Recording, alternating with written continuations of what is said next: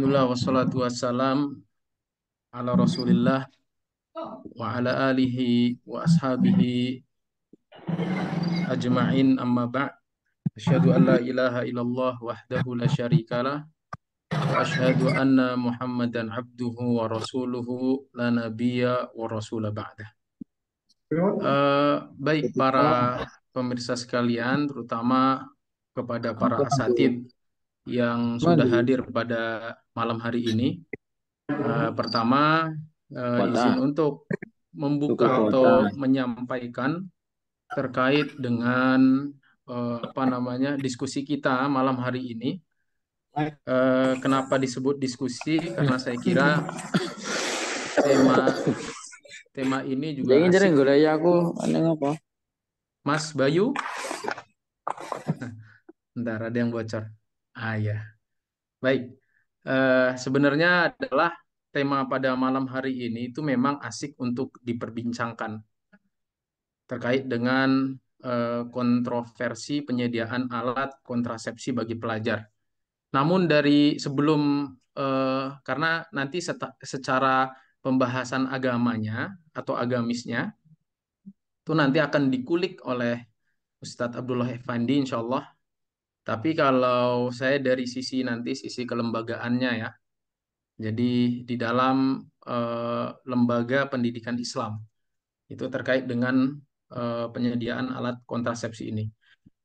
Kata ini pertama kali ingin saya bawa, yang pertama adalah dari sudut pandang mana kita ini memandang apa namanya penyediaan alat kontrasepsi bagi pelajar. Itu yang pertama. Karena kalau nanti dipaksa, ya, kalau dipaksa, wah ini Indonesia banyak Muslim, banyak ini, banyak itu, banyak ini, akhirnya banyak orang yang apa namanya, yang tidak suka dengan Islam ya juga akan membalas, memang Indonesia ini negara Muslim, yang kemudian nanti harus dibatasin dan lain sebagainya. Ini terlepas dari pembahasan kita berdasarkan syar'i ya.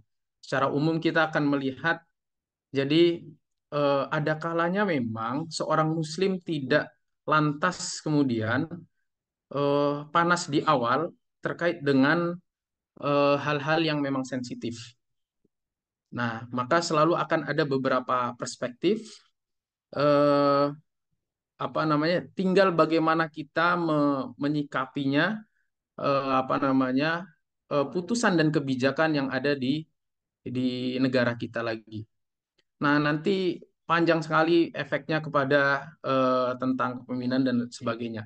Tetapi dari sudut pandang pendidikan Islam, insya Allah kita akan kulik apa namanya tentang undang-undang yang telah disahkan ini terkait dengan alat kontrasepsi bagi pelajar.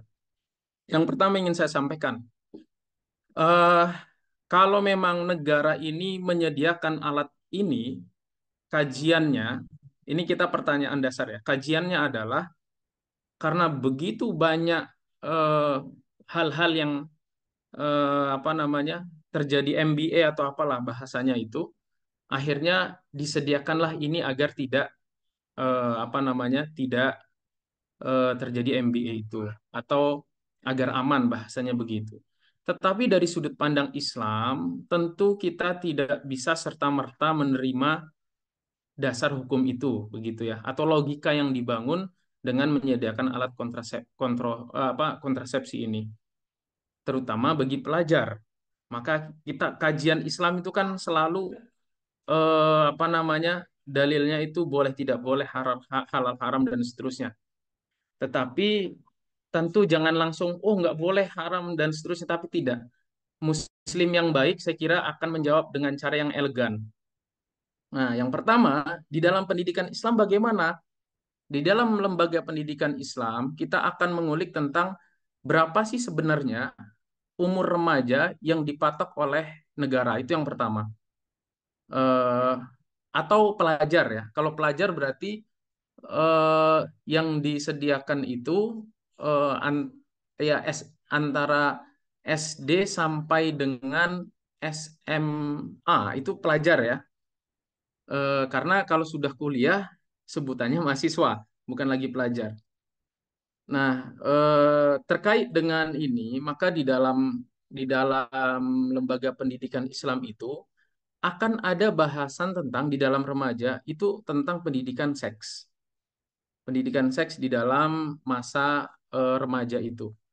Nah, di dalam pendidikan seks di masa remaja itu Islam mengatur dengan secara detail dan sangat hati-hati.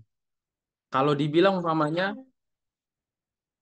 kalau dibilang umpamanya terkait dengan remaja ini, oh nantinya kalau penyediaan alat kontrasepsi bagi pelajar ini justru akan membiarkan membiarkan eh, atau apa namanya, membolehkan secara tidak langsung bagi para pelajar untuk melakukan perzinaan dan lain sebagainya, kan gitu.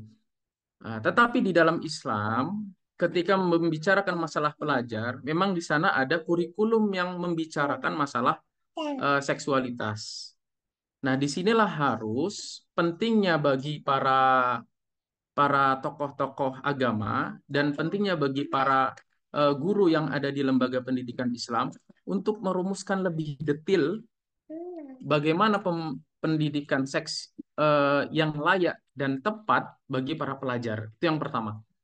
Jadi, karena kurikulum kita, Bapak Ibu sekalian, baik di lembaga pendidikan Islam maupun non-Islam, maksudnya umum ya, itu ternyata masih tabu membicarakan masalah apa namanya, pembelajaran seksualitas, seks yang berhubungan dengan, atau kita nyebutnya apa nih?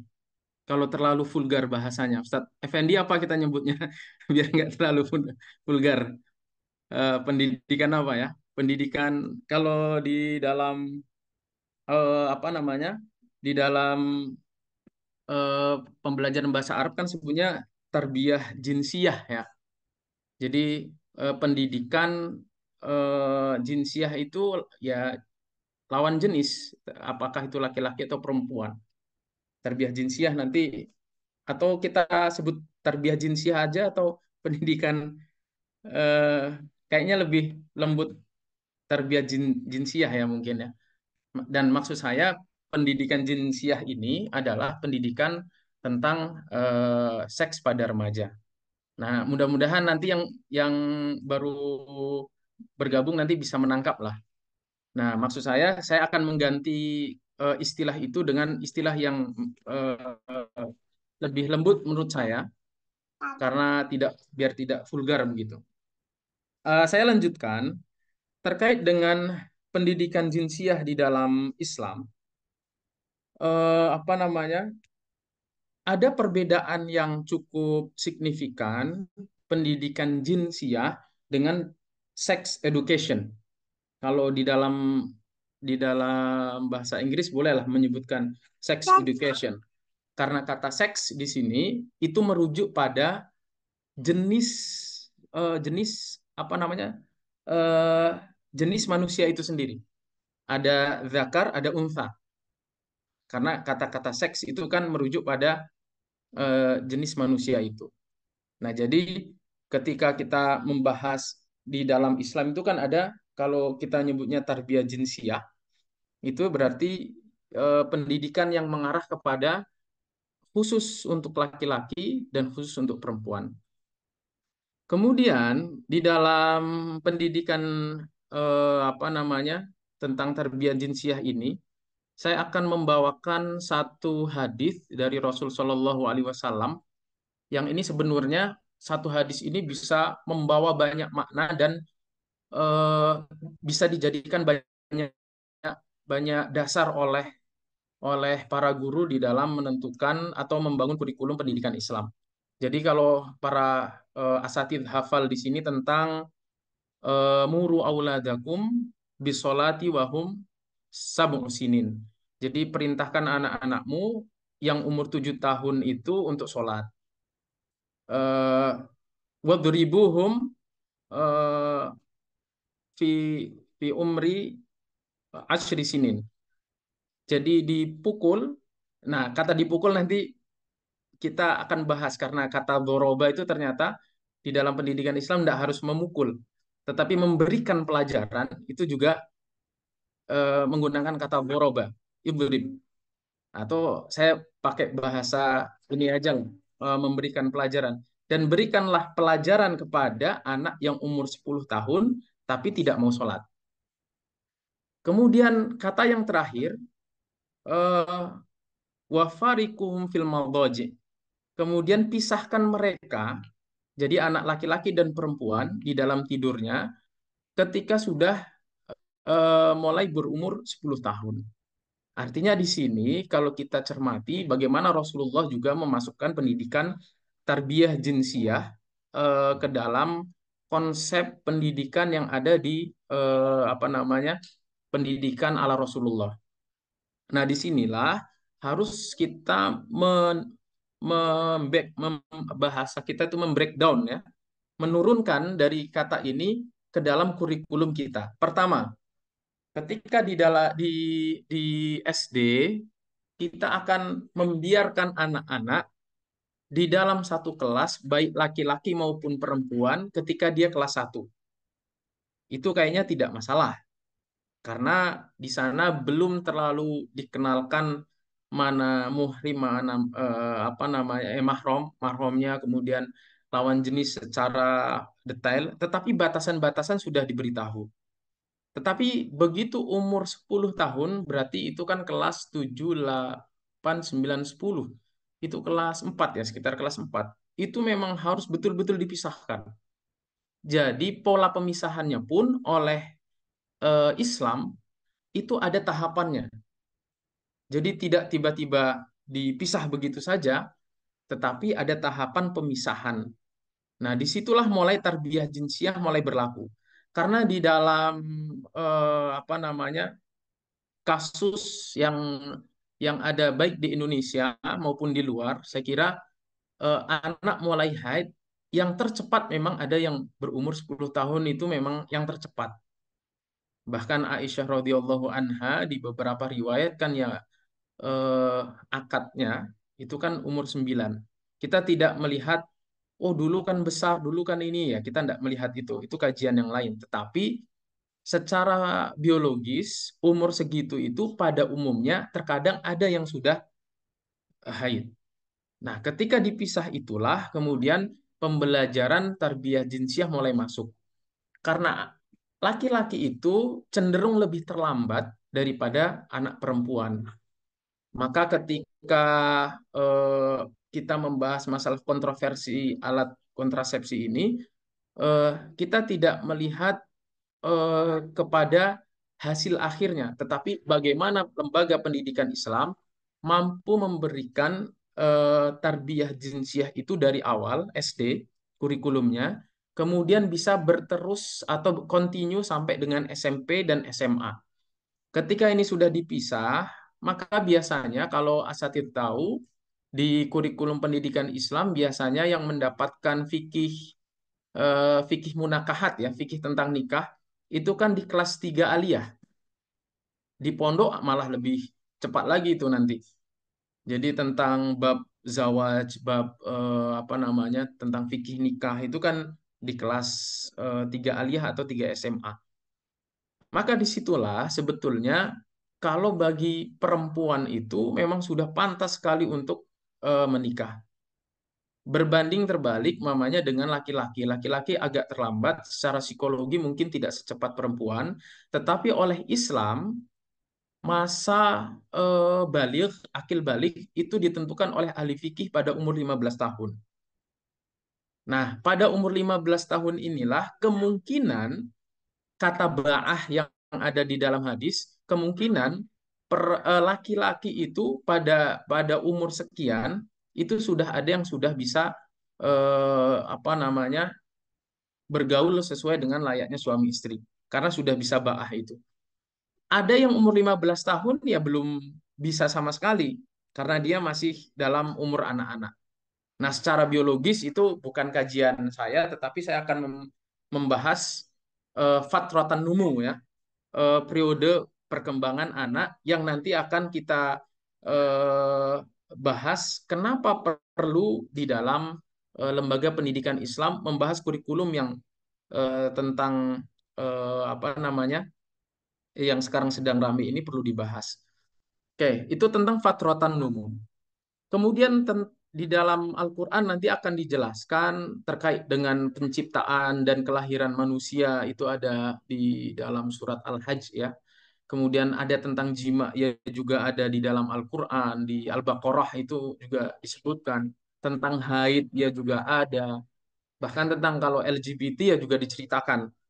Nah, LGBT itu tentu apa namanya, pembahasan tersendiri tentang bagaimana para eh, penggerak lembaga pendidikan Islam yang ingin mengusung kurikulum Nabawi itu lebih konsen ke dalam tata caranya. Eh, jadi sedikit banyak memang kita akan beririsan dengan teori-teori Barat, dan saya kira teori Barat itu untuk diadopsi dan dikembangkan itu saya kira tidak tidak dalam eh, tidak menjadi masalah utama ya. Tetapi bagaimana memasukkan Al-Quran dan Al-Hadis itu sebagai ruh di dalam lembaga pendidikan Islam itu. Baik, kembali kepada tema tarbiyah jinsiyah tadi. Pada dasarnya memang laki-laki dan perempuan ini harus dipelajari, diajarkan tentang apa namanya, reproduksi ya, atau tugas untuk membuat keturunan itu harus dijelaskan. Jangan sampai begini, para asatid yang dimuliakan Allah. Ada banyak kasus yang kemudian mantan santriwati atau mantan santri yang ketika dia keluar dari pondok justru akan berubah dan lebih parah daripada orang yang ada di luar. Kenapa itu bisa terjadi? Karena penjelasan tentang tarbiyah jinsiah ini yang terkadang sangat tabu sendiri di dalam Islam. Nah, ada tiga aspek utama di dalam pendidikan, ya, trilogi pendidikan Islam, lembaga pendidikan Islam, itu kan menaruh masjid, rumah, dan madrasah itu sebagai satu kesatuan pendidikan, lembaga pendidikan ya. Jadi membikin satu kesatuan pendidikan ini, kalau di dalam eh, pendidikan modern mungkin ada boarding school sekarang ya, karena ternyata masyarakat yang kita diami hari ini tidak mampu untuk menjadi eh, apa namanya, eh, tidak mampu untuk memonitoring anak kita ketika ada di masyarakat, atau umpamanya masyarakat yang kita tinggali hari ini ternyata mereka pun sangat apatis dengan kehidupan apa namanya, berbangsa dan beragama kita. Nah, akhirnya eh, di dalam lembaga pendidikan Islam ini memang harus diletakkan pendidikan-pendidikan tentang tarbiyah jinsiah itu. Tujuan akhirnya bukan untuk mengenalkan alat kontrasepsi. Itu disclaimer pertama ya. Tetapi untuk mengetahui seberapa jauh tugas manusia dan kapan dia harus siap menjadi seorang zauj, baik itu zauj laki-laki maupun zauj perempuan, pasangan yang laki-laki atau pasangan perempuan. Jadi inilah tugas daripada lembaga pendidikan Islam secara kontinu, dia harus lebih ramah bagaimana mengenalkan pendidikan-pendidikan tarbiyah jinsiah itu kepada anak-anak. Sehingga secara obrolan mereka tidak lagi menjadi seorang yang tabu, ya, tidak lagi hal yang tabu dibicarakan, tetapi itu dibicarakan pada tataran keilmuan. Tentu batasan ini secara detail itu akan dibahas di dalam lembaga pendidikan Islam. Nah, misalkan begini, saya pernah mengajar di apa, salah satu pesantren di pedalaman Kalimantan terkait dengan pembahasan inilah, saya baru paham betul kenapa Syekh Utsaimin itu begitu konsentrasi dia kepada fikih wanita. Jadi memang dulu membaca ada karangan buku Syekh Utsaimin yang dia konsentrasi sekali mengarang tentang fikih wanita. Nah, waktu itu saya menjadi pengajar, mengenalkan tentang toharoh, bab toharoh. Karena reproduksi itu kan hal yang paling ujung terakhir setelah dikenalkan toharoh, kemudian aurat, baru nanti ada reproduksi. Nah, mengenalkan bab toharoh tentang cara bersuci, maka dibahaslah di situ tentang haid. Sepengetahuan keilmuan Ana waktu itu, sedangkal keilmuan Ana, kalau kita hanya membahas di dalam fikih saja bahwa alamat toharoh ini, dan seterusnya. Begitu terjadi obrolan dengan santriwati, karena waktu itu santriwatinya itu eh, kelas kelas 2 MTS yang saya ajar, dan itu eh, sebagian besar sudah haid, tetapi ada beberapa yang belum. Itu ternyata ceritanya aneh-aneh. Itu kasus haidnya begitu macam-macam. Nah, kemudian saya tanya, ini sudah pernah diajarkan oleh apa namanya ustadzahnya atau belum? Nah, di dalam pondok itu yang diajarkan itu hanya setakat kalau bentuknya begini ya begini, pokoknya 7 hari, warnanya begini, harus dilakukan apa, tetapi tidak sampai mendalam. Akhirnya, kalau zaman dulu paling mencarinya kan lewat pertanyaan ya, Satir. Tapi kalau hari ini itu kan ada internet. Nah, bagaimana anak-anak ketika tidak terfasilitasi oleh para gurunya, maka dia akan melihat atau melirik dengan cara browsing di dalam internet. Nah, itu adalah kegagalan pertama bagi seorang guru atau juga bagi seorang ayah ataupun ibu ketika tidak mampu memfasilitasi anak-anaknya terkait dengan tarbiyah jinsiyah. Jadi ketika pendidikan Islam ini yang kita ampu, asatid saya kira pasti punya lembaga pendidikan di rumah atau di daerah masing-masing. Ketika telah kuat pendidikannya, kurikulumnya, termasuk ketika membahas masalah tarbiyah jinsiyah, maka saya yakin dia dengan adanya kebijakan ini nyantai aja karena tidak akan berpengaruh besar kepada murid-muridnya.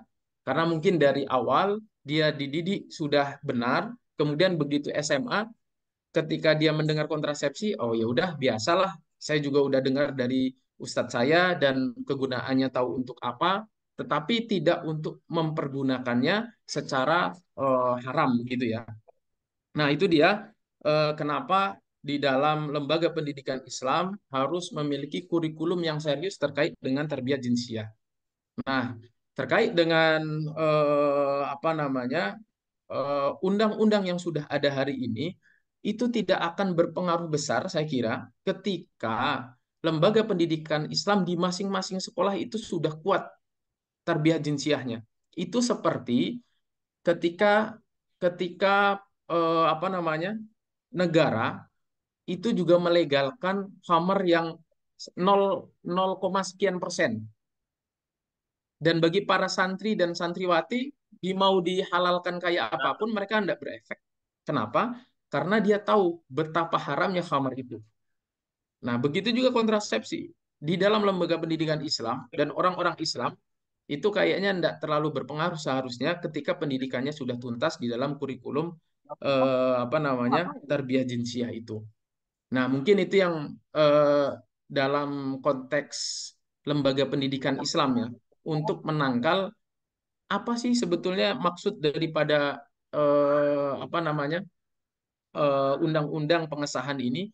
Ya, bagi lembaga pendidikan Islam yang sudah kuat seharusnya ya biasa aja gitu. Karena tidak menjadi masalah ada atau tidak, bahkan tidak perlu dibahas. Karena itu sudah tuntas di dalam pembahasan, misalkan pembahasan Bidayatul Mujtahid di kelas 6 atau bukan di kelas 6 tapi di kelas 3 aliyahnya. Pembahasan yang lebih jauh dan lebih detail tentang apa namanya tarbiyah jinsiyah itu malah ada di situ. Nah, artinya bagi lembaga pendidikan Islam seperti kita, para asatid seharusnya tidak kaget. Cara responnya ya, tidak usah kaget, tidak usah apa namanya terburu-buru dengan statement yang langsung justru nampak kontra sekali. Kalau karena sudah kalau kontra Bapak Ibu sekalian, kita mau masuk ke dalam mereka itu sulit akhirnya. Tetapi dengan pandangan yang kita yang adem, dengan menawarkan sistem yang lebih baik, saya kira itu akan lebih diterima oleh masyarakat umum, bukan hanya di kalangan Islam. Mungkin itu yang bisa kami sampaikan untuk berdiskusi ya, karena tadi apa namanya dengan Ustadz Effendi kita enaknya lebih banyak diskusi daripada menyampaikan apa namanya materi secara satu arah. Mungkin itu Ustadz Satria, saya izin mengecas ini juga apa laptop. Ya, Baik, sudah Ustaz. ya, Ustadz. Fadhol. Baik, Alhamdulillah. Baik, tadi sedikit mengulas balik ya apa yang disampaikan oleh Ustaz Ramanda Lutfi bahwa anak di usia tertentu harus diberikan sebuah pendidikan yang namanya tarbiyah jinsi ya. Supaya apa? Supaya anak-anak memahami batasan-batasan mana saja yang boleh dilakukan, mana yang tidak. Jangan sampai seperti pondok pesantren tadi Ustaz ya. Pondok pesantren tapi mengenai perkara yang harusnya dia memahami fikih fikih fikih fikih nisa. Justru dia tidak memahaminya. Nauzubillah min dzalik ya. Ini sangat penting ya dari sisi pendidikan. Nah, berikutnya, bagaimana pandangan dari sisi Islamnya kan begitu ya. Dari sisi hukum Islamnya terkait dengan pembahasan kita pada malam hari ini, kontroversi penyediaan alat kontrasepsi bagi pelajar. Maka materi yang kedua ini akan disampaikan oleh guru kita, ya, rekan kami yaitu Al-Ustadz Abdullah Effendi. Silakan Ustadz.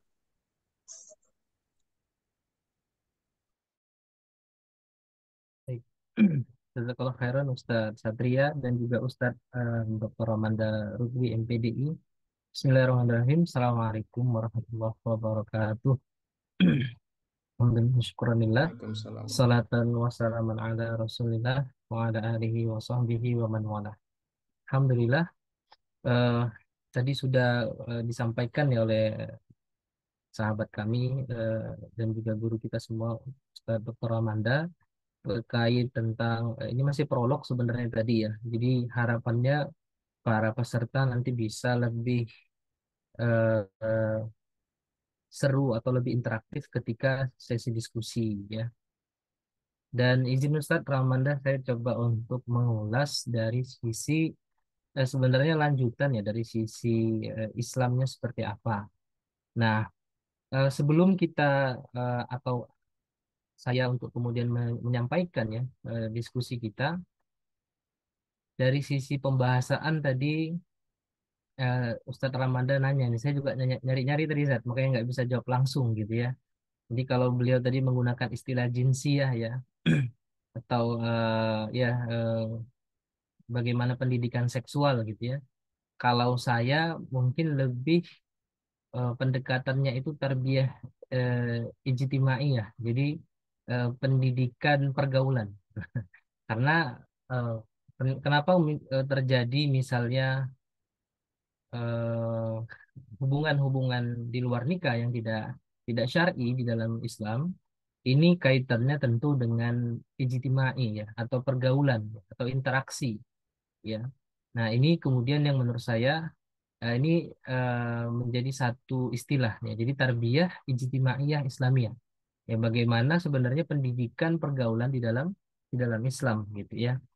Nah, jadi memang kalau kita ingin menyoroti fakta yang kemarin ya tentang Perpu ya. Jadi ketika kita ingin mencoba menggali satu hukum di dalam Islam ya, guru kami menyampaikan mulailah dari memahami fakta ya. Mulai dari memahami fakta dan tentu pemahaman terhadap fakta ini semakin kita paham maka insya Allah juga hukum yang bisa kita ambil apakah kita sebagai seorang mukallid ya mutabi misalnya kita belajar atau kita coba melihat dari berbagai pendapat-pendapat ulama kita kemudian kita bisa misalnya kiaskan di dalam fakta-fakta hari ini maka insya Allah juga itu menjadi satu pendapat yang kuat ya jadi pendapat yang kuat. Nah, maka saya coba sedikit mengulas tentang faktanya yang kemarin ya tentang fakta apa namanya PP nomor 28 tahun 2024 itu ya. Nah, pada intinya memang ya hubungan seks gitu ya atau hubungan hubungan ya intim itu hanya ada pada hubungan suami istri. Nah, itu yang menurut saya harus kita garis bawahi. Jadi hanya dilakukan oleh suami istri, ya, yaitu laki-laki dan perempuan. Jadi tidak ada suami istri laki-laki sama dengan laki-laki atau perempuan dengan perempuan, kemudian diistilahkan suami istri.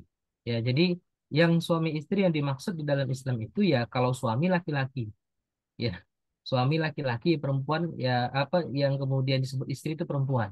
Karena banyak sekarang Ustaz di barat sana gitu ya, bahkan sudah ada ke Indonesia atau orang Indonya yang keluar gitu ya. Suaminya laki-laki, istrinya laki-laki. Ya Ustaz Satria ya. Nah, atau suaminya perempuan, istrinya perempuan. Nah, ini kacau nih.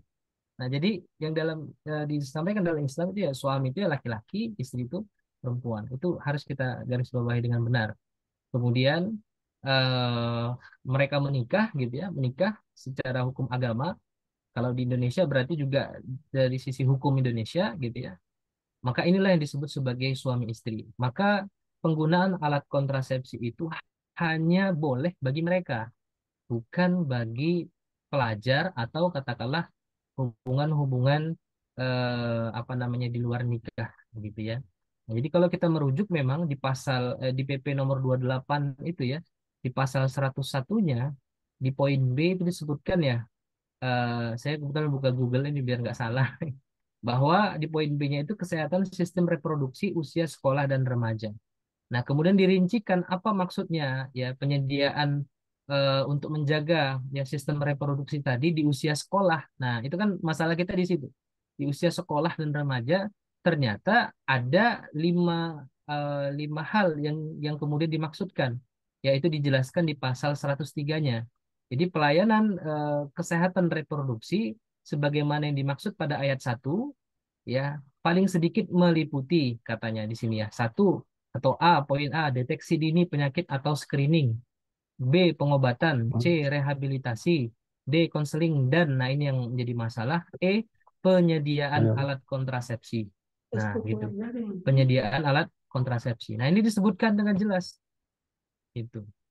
Nah, jadi kalau kita tadi sudah bahas ya bahwa hubungan suami istri itu hanya untuk pasangan halal, berarti selain daripada hubungan itu adalah perbuatan zina dalam Islam atau bahasa kita seks bebas ya, baik itu apa namanya lain jenis atau kemudian berpasangan atau sesama jenis ya LGBTQ gitu ya. Nah, ini adalah penyimpangan seksual. Nah, tadi pendekatan Ustaz Ramanda adalah kita coba melihat dari sudut pandang pendidikan, ya, tidak masuk ke agama dulu lah misalnya begitu ya. Maka di dalam pandangan umumnya itu memang merusak kesehatan. Itu ya. Tinggal nanti kerusakan kesehatan yang dimaksud tadi segenting apa atau kemudian sehebat apa dampaknya bagi anak-anak sekolah ya, baik itu di dinas pendidikan atau yang di bawah dinas pendidikan atau kemudian di bawah Kementerian Agama ya. Oke lah misalnya orang-orang pondok pesantren anak-anaknya santri santriwati dapat pendidikan agama, bagaimana dengan yang konvensional gitu ya. Islam diturunkan oleh Allah Subhanahu wa taala kepada Rasulullah bukan hanya menyasar anak-anak pondok, tapi adalah sebagai rahmatan lil alamin. Maka rahmat itu sebenarnya masuk dalam kategori siapapun agamanya, apapun agamanya, baik dia non-muslim ya, Nasrani, Yahudi dan seterusnya itu mereka masuk dalam kaitannya dengan ayat ini tadi bahwa Islam itu hadir sebagai rahmat bagi mereka. Nah, apakah rahmat itu diambil atau rahmat itu ditolak? Nah, itu beda cerita gitu. Jadi saya ingin mencoba ya ini dalam dalam kaitannya analisis akademis ya, bukan bukan kemudian hanya sekedar sebagai bagian daripada hukum syaraknya karena saya sudah tahu kita sudah tahu lah bagaimana hukum syarak terkait zina itu ya. Tapi kalau kita mengkaji dari sisi akademis ya bahwa memang ini adalah satu perbuatan yang merusak kesehatan. Nah, maka kalau kita lihat ustadz-ustadzah yang berkembang saat ini itu adalah memang dia seakan-akan difasilitasi gitu. Jadi zina itu difasilitasi. Walaupun ada ya pendapat dari menteri, salah satu menteri misalnya gitu ya mengatakan bukan begitu maksudnya. Maksudnya adalah remaja yang menikah gitu. Nah, kita tahu ya yang namanya undang-undang itu kan kita akhirnya balik ke undang-undang lagi, bukan ke perkataan manusianya. Kita balik ke undang-undangnya tidak ada disebutkan di situ remaja yang menikah, tapi adalah kemudian tadi kita sebutkan ya sistem reproduksi usia sekolah dan remaja gitu. Nggak ada disebut ke remaja mau menikah atau yang sudah menikah tidak ada. Nah, maka kalau kita lihat memang apa namanya PP ini itu menjadi satu kontroversi ya makanya kita buat judulnya kontroversi gitu ya. Karena memang menimbulkan berbagai pertanyaan kok bisa gitu ya. Kok bisa negeri yang 86% penduduknya Islam gitu ya. Kemudian muncul di dalam perpunya itu yang bertentangan dengan Islam. Bahkan tadi Ustaz Ramanda juga menyebutkan ya, saya rasa semua agama itu menentang yang namanya perzinahan gitu ya. Nah, makanya kalau ada satu dokter ya, beliau memang pakar dalam urusan reproduksi ya, Dokter Inong ya, kalau nggak salah nama beliau itu, menyebutkan memang yang namanya kondom itu ya atau alat kontrasepsi tadi itu hanya diperjualbelikan di apotek gitu.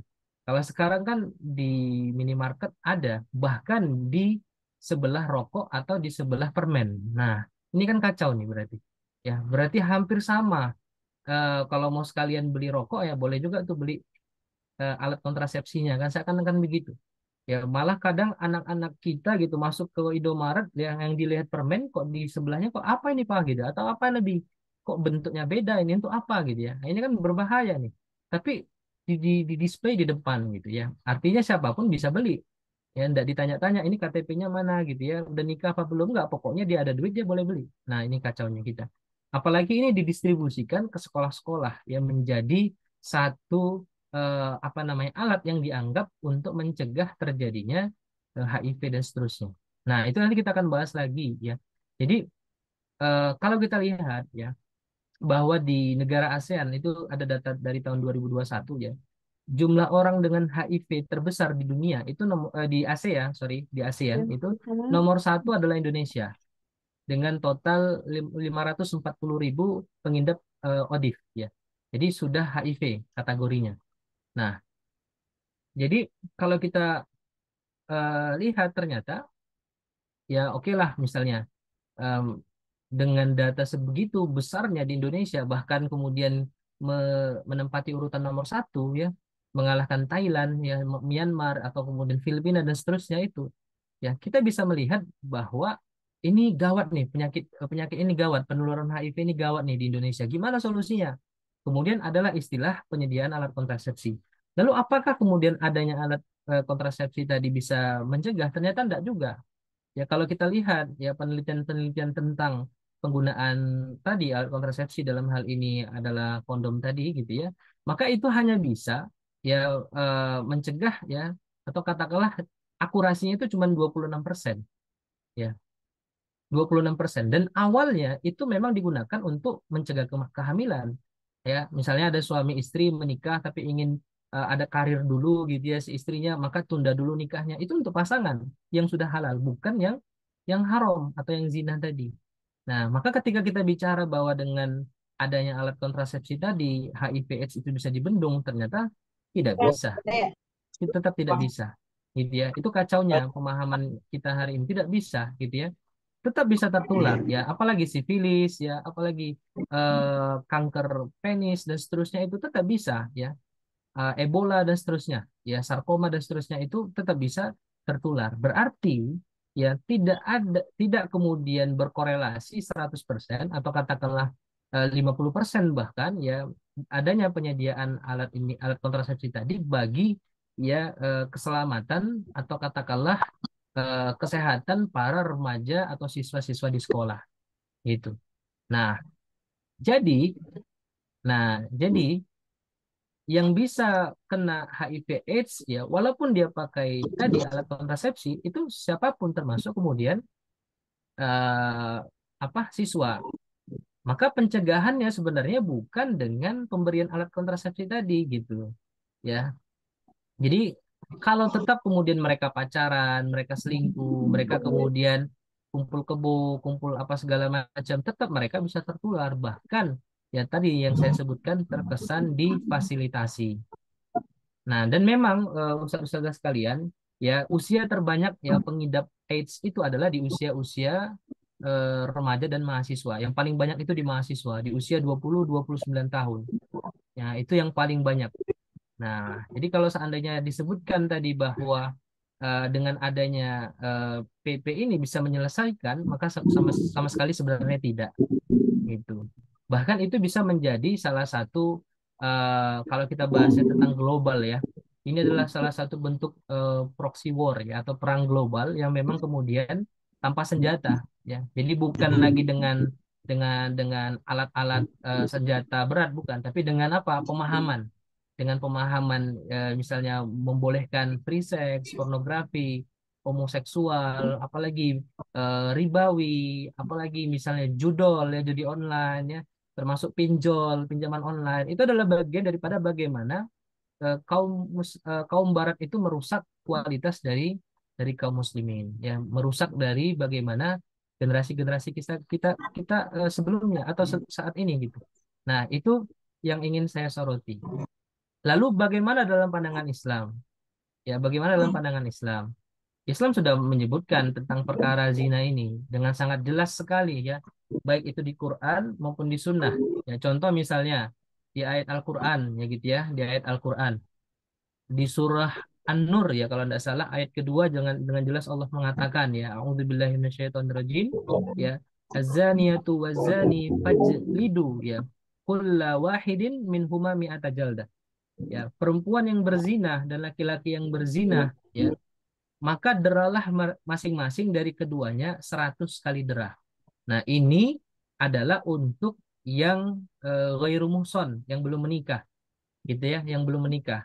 Sedangkan bagaimana yang muhson dalam hadis Nabi SAW disebutkan, dan bagi yang sudah muhson, yang sudah menikah, maka hukumannya adalah rajam, ya dilempari batu, ya. Nah, ini sudah jelas hukumannya. Nah, tetapi masalahnya bukan sekedar menghukum gitu, bukan sekedar menghukum.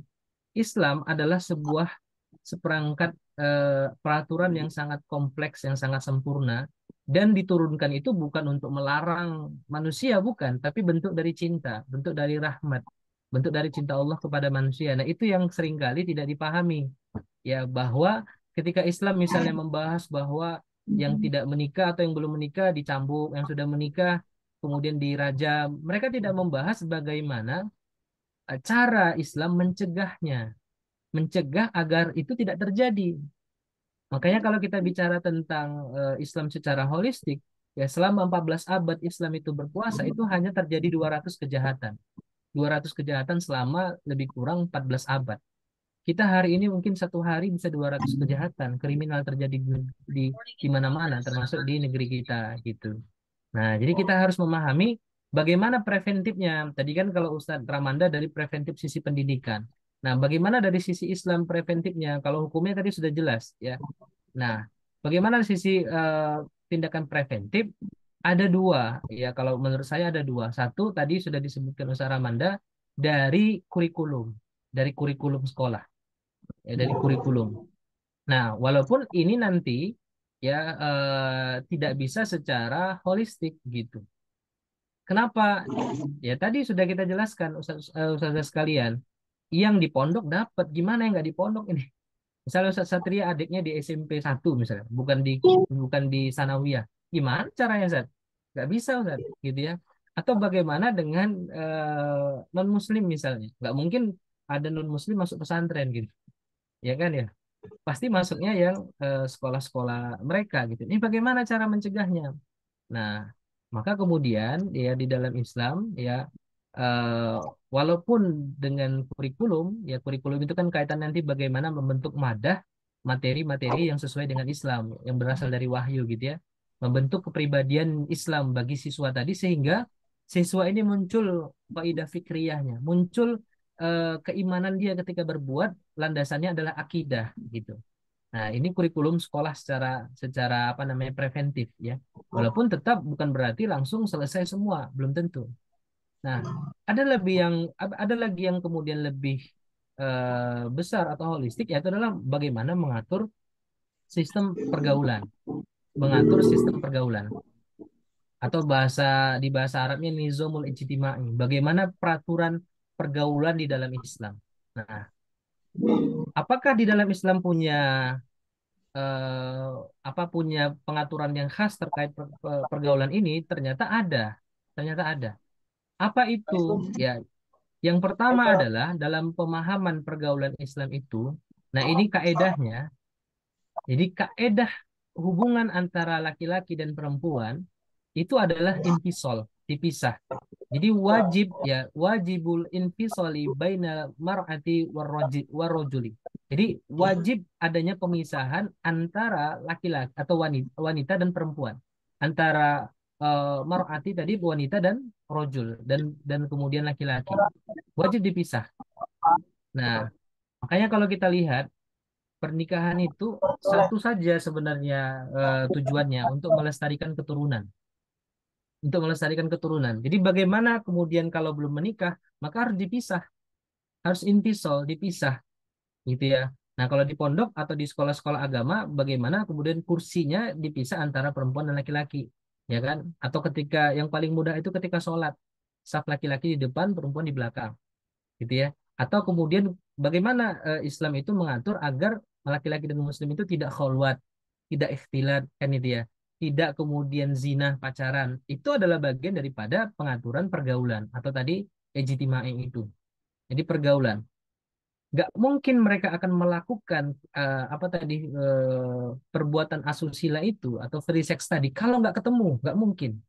Kalau nggak pacaran nggak mungkin. Berarti pembahasannya bukan bagaimana eh, kuratifnya, ya ngasih alat kontrasepsi bukan itu, tapi bagaimana preventifnya dalam Islam, bagaimana mencegah.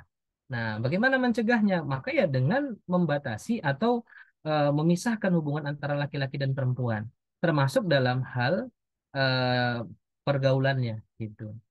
Makanya nanti dibedakan ya eh, bagaimana kehidupan wanita di dalam rumah atau hayah khos, kehidupan khas, dan kemudian di luar rumah atau yang sifatnya ammah umum. Nah, ini berbeda ya, sangat berbeda pengaturannya nanti. Ya, kalau di dalam rumah ya itu berbeda dengan di luar rumah karena rumah itu ranah privat. Nah, kalau di luar rumah bagaimana? Tidak boleh ikhtilat, nggak boleh campur baur tadi, nggak boleh apa namanya khalwat ya, berdua-duaan dengan lawan jenis. Apalagi misalnya ketika keluar rumah wajib menutup aurat, kan gitu ya. Atau ketika di luar rumah wanita tidak boleh menggunakan parfum yang mengundang ya lawan jenis dengan wangi-wangiannya. Apalagi tidak boleh memakai kerudung seperti punuk unta. Tidak boleh kemudian memakai kerudung yang tidak juyuk, tidak kemudian menutupi dada. Laki-laki juga sama gitu ya. Nah, mereka harus tutup aurat. Apalagi yang paling sering kita dengar, godul basor, menundukkan pandangan. Kenapa itu semua dibuat? Agar tercegah gitu. Nah, kalau pemahaman Barat kan tidak, semuanya dibolehkan, ya kan? Untuk merangsang adanya hubungan laki-laki dan perempuan, mereka membuka aurat. Apalagi membolehkan pacaran, membolehkan zina, membolehkan kumpul kebo. Apalagi membolehkan misalnya ke pantai, ya ikhtilat gitu ya, dengan pakaian-pakaian minim gitu ya. Adanya bar, klub-klub malam, adanya rumah-rumah bordil misalnya, itu di Amerika sana. Makanya wajar Amerika itu menjadi negara paling tinggi atau paling terbesar nomor 4 ya yang mengidap penyakit AIDS yaitu wanita-wanitanya dan laki-lakinya. Wajar kenapa? Karena pergaulannya pergaulan sekulerisme. Nah, kalau kita pergaulan Islam gitu atau apa namanya tadi ya tarbiyah ya ijtimai Islamiyah atau ijtimaiyah Islamiyah gitu. Nah, sehingga menarik ketika kita membahas itu maka kita kaitkan Islam sebagai sebuah agama yang memuliakan wanita dan juga memuliakan laki-laki. Ya. Nah, ketika itu tidak digunakan, Islam tadi tidak diterapkan secara holistik, maka eh, ya seperti yang Allah Subhanahu wa taala sampaikan di surah Ar-Rum itu ayat 41. Apa kata Allah Subhanahu wa taala? Zuharal fasadu fil barri wal bahri bima kasabat aydin nas.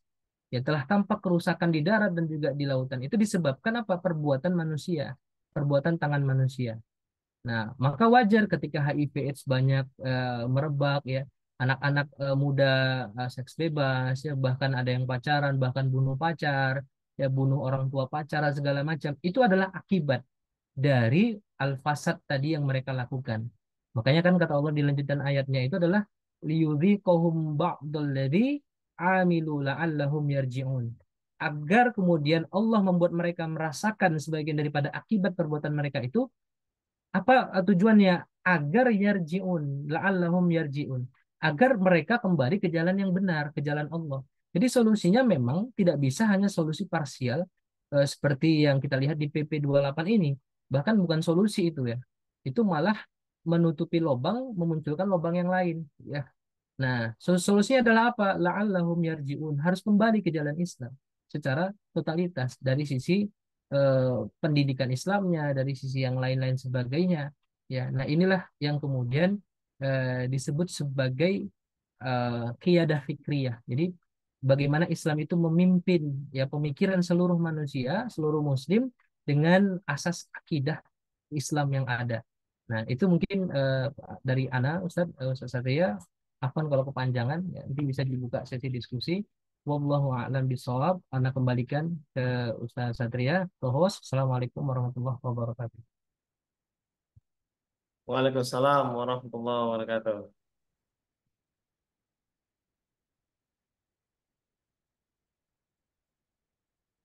Baik, Masya Allah. Ternyata dalam pengaturan kehidupan ada ya Ustaz ya. Islam mengatur di dalamnya itu pergaulan terkait dengan laki-laki dan perempuan. Menarik sekali ya. Sehingga ini muncul sebuah persepsi ya di tengah-tengah kita ya. Kok bisa kok bagaimana sih cara mengaturnya kan gitu. Bagaimana sih strateginya agar anak-anak muda ini paham mana yang mahram, mana yang bukan, kemudian mana yang harus dilakukan bagi laki-laki dan perempuan yang sudah balik, mana yang nggak boleh dan mana yang boleh kan gitu. Termasuk kita melihat sendiri para satis dan ustazah ya di sekolah-sekolah pada umumnya ini sangat sangat sangat jarang ya memahami hal demikian. Dan ini tugas kita selaku tenaga pendidik ya kan mengajar kepada mereka. Ini loh anak-anak ustadz ya kan. Kalau di sekolah saya gitu, Ustadz Abdullah Fini dan Sahabat Ramanda, sekolahnya dipisah Ustadz. Maksudnya yang perempuan itu asramanya agak jauh, yang ikhwan juga jauh Ustadz. Jadi dibedakan ya. Bahkan ketika ada keperluan tertentu saya bawa anak ikhwan untuk ke asrama akhwat, anak ikhwan bilang gini, Ustaz, Ustaz ngapain ke situ Ustaz? Nanti nampak anak akhwat gitu. Saking begitunya kan lah sistem itu dibangun dari aspek pendidikan kan, agar anak itu menyadari, oh ternyata ini bukan warung saya, nggak boleh saya lihat, apalagi saya pandang secara dalam gitu. Dan anak akhwat aja gitu. Anak akhwat aja gitu Ustaz, di sekolah saya itu kan. Jangan gitu Ustaz, anak ikhwannya di situ nanti. Bahkan tuh anak ikhwan lewat asrama anak akhwat para satis ya. Itu mereka muter tuh. Biar nggak nampak anak akhwat. Ya, karena begitu memang sistem yang kita adopsikan dan kita apa namanya terapkan di sekolah untuk betul-betul meminimalisir perbuatan-perbuatan yang tidak diinginkan tadi. Ya, begitu dia, Masya Allah. Menarik ya. Jadi dua perpaduan antara sudut pandang pendidikan dan hukum Islamnya seperti apa. Malam hari ini kita sajikan bersama para guru-guru hebat, para asatidz dan ustazah di forum Perkumpulan Konsultan Pendidikan Islam Indonesia. Maka dari itu, para asatidz dan ustazah, kita buka sesi diskusi. Monggo yang mau diskusi atau mau bertanya, silakan kita buka forum sampai pagi, Ustaz ya. Sampai subuh, Ustaz. Ustaz Tamanda, jauh sekali aja Ustaz ya. Karena besok mungkin libur Ustaz. Kami kerja Ustaz. Baik. Baik, ya sepertinya Ustaz Saruji sudah resen ya, sudah gak sabar nih. Kita sama dengar apa yang ingin beliau sampaikan atau beliau tanyakan. Baik, silakan Ustaz. Langsung saja. Baik. Assalamualaikum warahmatullahi wabarakatuh. Waalaikumsalam warahmatullahi wabarakatuh. Assalamualaikum warahmatullahi wabarakatuh. Apa surat saya cukup terdengar, Ustaz? Jelas, Jelas Ustaz, ya? jelas, jelas. Mantap, Jos. Iya. Terima kasih Ustaz waktu diberikan. Ustaz Satria Dinata, ya host yang luar biasa nih malam ini. Si muda ya. Ya, Ustaz. Eh, ini sangat menarik materi kita malam ini.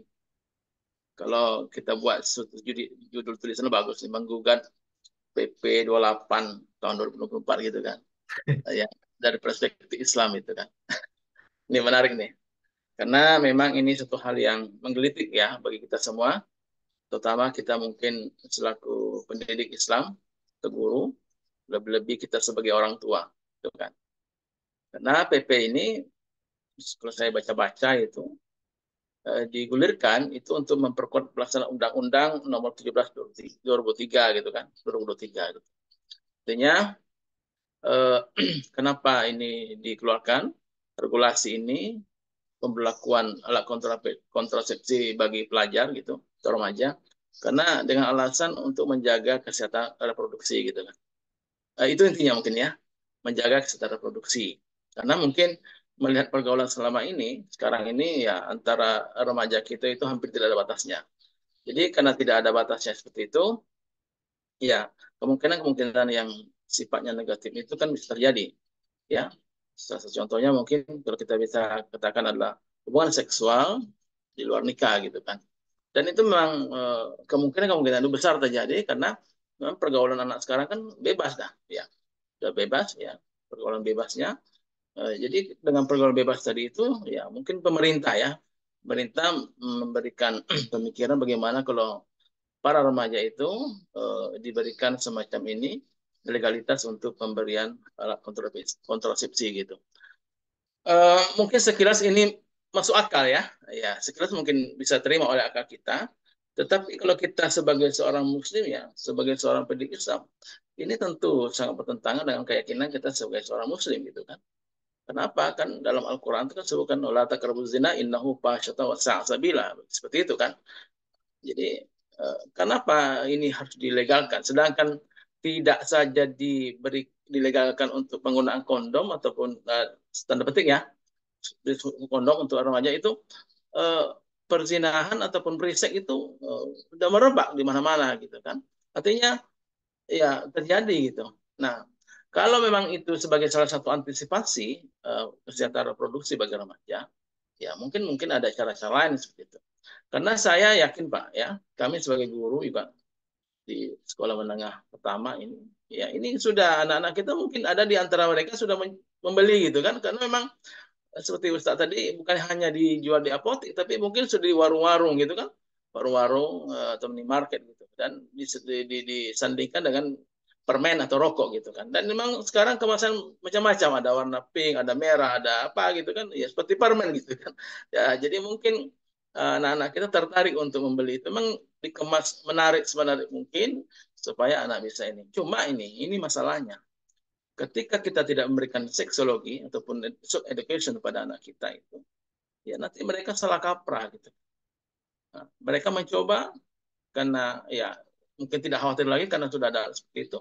Dan apalagi dia mungkin punya teman lawan jenis dekat, katakanlah yang pacaran gitu, ya mereka yang mencoba, ya aman gitu kan. Dia merasa sudah aman karena sudah ada proteksinya gitu kan. Ya, alat kontrasepsi. Nah, ini menjadi hal yang sangat negatif bagi kita barangkali Bapak Ibu, para ustazah yang hebat ini, dan kita sebagai seorang pendidik, terutama mungkin sebagai saya sebagai pendidik, ini menjadi tantangan besar bagi kita. Bagaimana kira-kira caranya kita ini ya. Ini pertanyaan besar bagi saya. Bagaimana kira-kira caranya mendekati atau menyampaikan pada peserta didik, anak, terutama mungkin anak kita sendiri gitu kan, untuk ini tidak terjadi pada mereka dan tidak digunakan gitu. Karena begini, memang dulu orang-orang tua kita ya, mungkin contoh saja generasi saya ini, kita memang tidak pernah diajarkan tentang itu pada orang tua terutama ya. Mereka tidak pernah terbuka menyampaikan hal seperti itu tentang pergaulan antar remaja, bahayanya dan ininya secara langsung pada kita. Dan di sekolah pun ya, mungkin di madrasah ya juga tidak secara spesifik disinggung seperti itu. Sehingga akhirnya ya kita hanya tahu tahu sendiri gitu kan, tahu sendiri gitu mungkin dari cerita teman-teman kita, dan itu memang efeknya luar biasa kan. Hanya banyak orang yang ya mungkin terjerembab dalam pergaulan bebas dan bahkan nauzubillah perzinahan seperti itu kan. Nah, mungkin zaman sekarang Bapak Ibu, kita kan sudah teknologi canggih, informasi udah di mana-mana bisa dapatkan internet. Apakah membicarakan hal seperti ini ya saya kira tidak tabu lagi gitu kan. Cuma saya masih belum temu solusi ini, mungkin diskusi ini ya. Eh, Terutama pada anak kita ya, anak kita sendiri nih, anak kita Pak yang mungkin ya kita punya anak remaja gitu. Rasa-rasanya kita masih apa ya? Kalau saya pribadi masih untuk terbuka langsung anak pada saya atau gimana itu belum ya. Apakah memang kita memberikan pengertian itu secara pribadi atau bagaimana mungkin sambil ini supaya mereka tahu bahwa pendidikan seks itu mereka tahu dari orang tuanya langsung gitu, dari orang tuanya langsung gitu. Seperti itu kan. Jadi mereka tidak tahu daripada teman-temannya. Informasi itu bukan terima dari teman-temannya, apalagi media sosial yang tidak bertanggung jawab. Ya justru nanti mereka bisa rasa kaprah gitu. Nah ini mungkin ini Ustaz ya, mungkin bisa kita diskusikan ya. Karena eh, saya sendiri belum pernah sampaikan kepada anak saya tentang hal ini begini-begini. Ya memang kalau pergaulan batas pergaulan memang sudah kita berikan jangan bergaul terlalu dekat dengan ini seperti itu kan. Tapi secara ini tentang seksologi katakan seperti itu kalau Pak Ustaz tadi mengatakan alam tarbiyat jinsia ya. Nah, itu belum gitu kan. Nah, itu untuk anak kita sendiri. Nah, kalau di madrasah atau pesantren barangkali ini ada ada materi tentang itu. Tapi kalau di sekolah umum, ya katakanlah saya kan mengajar di SMP ini kan, agama gitu kan. Itu kan tidak di kurikulum itu memang tidak dimuat itu. Tidak ada dimuat itu tuh. Ya tentang bagaimana pergaulan antara muslim sama muslim gitu. Apalagi misalnya tentang pergaulan bebas gitu segala macam. Ya, tidak ada diajarkan di kurikulum seperti itu. Jadi ya mungkin betul kata Ustaz Abdullah Effendi tadi ya, ya salah satu untuk mengantisipasi ya di kurikulum. Di kurikulum itu mungkin perlu kita dimasukkan seperti itu dan uh, siswa kita perlu diberikan pendalaman tentang itu tadi seksologi ataupun sex education ataupun tarbiyatun jinsiyah seperti itu kan. Ini saja barangkali Pak Ustaz ya yang saya sampaikan ya barangkali ini perlu kita bicarakan lebih lanjut. Mohon maaf atas segala kekurangannya. Saya ucapkan Assalamualaikum warahmatullahi wabarakatuh. Waalaikumsalam warahmatullahi wabarakatuh. Alhamdulillah, syukran katsiran Ustadz Saroji sudah bertanya dan mengasih sedikit maklumat kepada kami khususnya informasi ya tambahan. Alhamdulillah. Bagaimana Ustadz? Satu pertanyaan lagi Ustadz ya dari Ustadz Ahmadi sepertinya mau bertanya nih. Ini Ustadz Abdullah ya, satu lagi ya bersekalian. Baik, silakan Ustadz Ahmadi. Baik, Assalamualaikum warahmatullahi wabarakatuh. Waalaikumsalam warahmatullahi wabarakatuh. Dalam kesempatan ini saya ucapkan terima kasih kepada Ustadz yang telah memberikan saya waktu. Saya tidak bertanya Ustadz, mungkin akan memberikan sedikit tanggapan tentang undang-undang alat kontrasepsi yang telah diluncurkan oleh pemerintah untuk para pelajar kita ya di usia pelajar. Di sini kita bisa melihat bahwa betapa pemerintah itu merasa gusar. Mereka sangat takut sekali dengan kondisi yang ada di usia pelajar yang saat ini di Indonesia.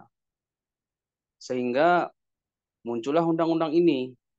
Tujuan mereka tidak lain dan tidak bukan adalah untuk memberikan solusi tentang dampak negatif yang ada pada pergaulan bebas anak-anak kita di usia remaja ini. Tapi di sisi lain, undang-undang ini menurut berbagai pihak telah kebablasan.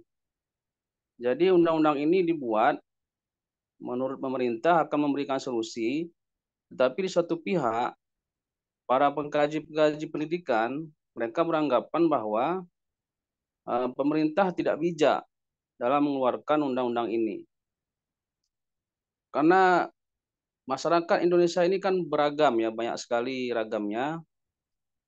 Kalau kami di Aceh itu, saya dari Aceh, Ustaz, kalau kami di Aceh itu masih tabu membahas masalah kontrasepsi, apalagi dengan siswa ya, dengan peserta didik kita di kelas, dengan siswa-siswi kita, membahas tentang ini masih tabu. Jadi kalau kita lihat di Indonesia, beragam lingkungan masyarakat Indonesia ini memang saya melihat pemerintah mengeluarkan undang-undang ini, mereka bercermin kepada pergaulan yang luar biasa di kota-kota besar ya. Nah, di mana lingkungan masyarakat di kota besar ini kan cenderung bebasnya luar biasa. Mereka tidak lagi memikirkan, para pelajar ini tidak lagi takut ya untuk melakukan perbuatan-perbuatan telah melampaui batas seperti itu. Sehingga dengan keadaan seperti itu, pemerintah kita mengeluarkan undang-undang seperti ini. Tapi sekali lagi, lingkungan masyarakat kita tentu berbeda-beda. Tadi telah disinggung tadi oleh Ustadz pemateri pertama tadi, bahwa kalaupun itu dibuat undang-undang seperti itu, tergantung kitanya lagi bagaimana kita menyikapi undang-undang itu di lapangan. Jadi kalau kami di Aceh, tanpa ada pun undang-undang itu atau ada pun undang-undang itu, sebenarnya tidak begitu besar dampaknya. Karena sangat diawasi ya pemerintah daerah, pemerintah provinsi, sangat mengawasi gerak-gerik dari masyarakat Aceh, tidak bisa berduaan dengan lawan jenis, tidak bisa ini, tidak bisa itu, langsung ditangkap dan sebagainya. Itu satu solusi dari pemerintah untuk menghindari itu. Walaupun undang-undang telah ada seperti ini, tapi kami di Aceh sepertinya tidak begitu berdampak ya tentang undang-undang ini. Jadi saya rasa yang terakhir ingin saya sampaikan Ustaz, bahwa kita tidak bisa berharap besar kepada pemerintah untuk menjadikan anak-anak kita ini menjadi anak yang soleh-soleha. Kembali lagi kepada kita sebagai orang tua, bagaimana cara kita membawa anak-anak kita ini selamat dunia dan akhirat. Demikian Ustadz mungkin yang bisa saya sampaikan. Assalamualaikum warahmatullahi wabarakatuh. Assalamualaikum warahmatullahi wabarakatuh. Ya, alhamdulillah, terima kasih Ustadz Ahmadi yang sudah memberikan sedikit tanggapannya, Insya Allah. Benar kata Ustadz Ahmadi ya, nggak berharap penuh sama pemerintah untuk mencerdaskan anak bangsa ya. Apalagi meletakkan seluruhnya kepada sekolah. Ini saya serahkan anak saya ke sekolah supaya cerdas dan taat. Ya, tidak bisa begitu konsepnya. Ya, satu lagi Ustadz, karena pertanyaannya masih satu, kita mau dua nih ya, biar langsung kebagi pada dua pemateri dari Ustadz Jupriyadi Jakarta, Indonesia. Masya Allah. Silakan Ustadz. Baik, Ustadz, satu ya, Masya Allah. Makasih atas kesempatan yang diberikan sama saya nih. Baik, Bismillahirrahmanirrahim. Assalamualaikum warahmatullahi wabarakatuh. Waalaikumsalam. Alhamdulillah. Alhamdulillah Rabbil Alamin. Wassalatu wassalamu ala Rasulillah Sayyidina wa Maulana Muhammadinil Abdillah. Baik, yang kami hormati para narasumber yang luar biasa penjelasannya, serta Ustadz Saroji yang dari Aceh, Masya Allah. Terkait kontrasepsi bagi pelajar ini benar-benar buat saya ini apa ya, racun buat saya ya. Karena memang saya juga bergerak di dalam dunia pendidikan. Dan saya pernah membaca apa yang disampaikan tadi dari narasumber itu semua sudah super komplit dan sempurna. Tapi saya membaca satu artikel dari seorang profesor dari Indonesia masih. Ini saya sangat terkesima dan sampai sekarang pun saya belum mendapatkan solusinya. Jadi kalimat di situ yang saya garis bawahi adalah usia anak 9 sampai 10 tahun itu sudah mengerti tentang hubungan suami istri. Ini kaget buat saya nih. Iya kan? Nah, ini kalau anak usia 9 sampai 10 tahun sudah mengerti hubungan suami istri, saya coba mencari tahu. Dan saya menarik kesimpulan bahwa ini sumbernya dari HP, media sosial. Ini sudah luar biasa media sosial. Tidak ada orang yang tidak punya HP. Bahkan sekali berkaya dan miskin sudah punya HP. Artinya HP ini, saya menarik kesimpulan, HP inilah sumber daripada segala racun yang terjadi di anak-anak kecil. Ini saya nggak bicara anak remaja. Apalagi tadi Ustadz Saroji mengajar di anak SMA. Itu saya udah nggak bicara di anak SMA. Ini saya bicara di anak 9-10 tahun. Ya, ini luar biasa kagetnya saya. Nah, saya coba berusaha bagaimana mencari solusi dengan apa penyakit dari HP ini gitu loh. Ini yang menyebabkan semua yang namanya eh, apa ya kemaksiatan ada semua. Bahkan kita mau buka Al-Quran atau mau buka penceramah siapa, tetap saja iklannya itu luar biasa. Wanita-wanita kadang-kadang yang ya membuka aurat lah ya. Nah di sini, jadi pertanyaan saya singkat aja untuk para asatis. Mudah-mudahan kita berbagi ilmu dan saya mendapatkan ilmu di sini. Karena sampai saat ini saya belum mendapatkan. Itu bagaimana memberikan pendidikan Islam pada anak yang 9-10 tahun ini. Ya, kalau anak remaja tadi solusinya diberikan apa ya? Pendidikan tarbiyah, ya, masalah hubungan suami istri. Tapi ini anak 9-10 tahun. Bahkan ada anak TPQ sudah mengerti pacaran gitu loh. Ini yang membuat saya riskan lagi nih. Ya, jadi saya mencoba memberikan bagaimana kita mencari solusi pada usia berapa anak ini diberikan pendidikan Islam. Jadi tidak ada masalah sekarang tabu, tidak tabu. Karena mereka juga di media sosial udah nggak pakai acara tabu. Ini mohon maaf saya bandingkan dengan piaraan kucing. Dia kalau sudah uh, bete bahasa kita ya, birahi tinggi, dia akan mencari keluar pasangan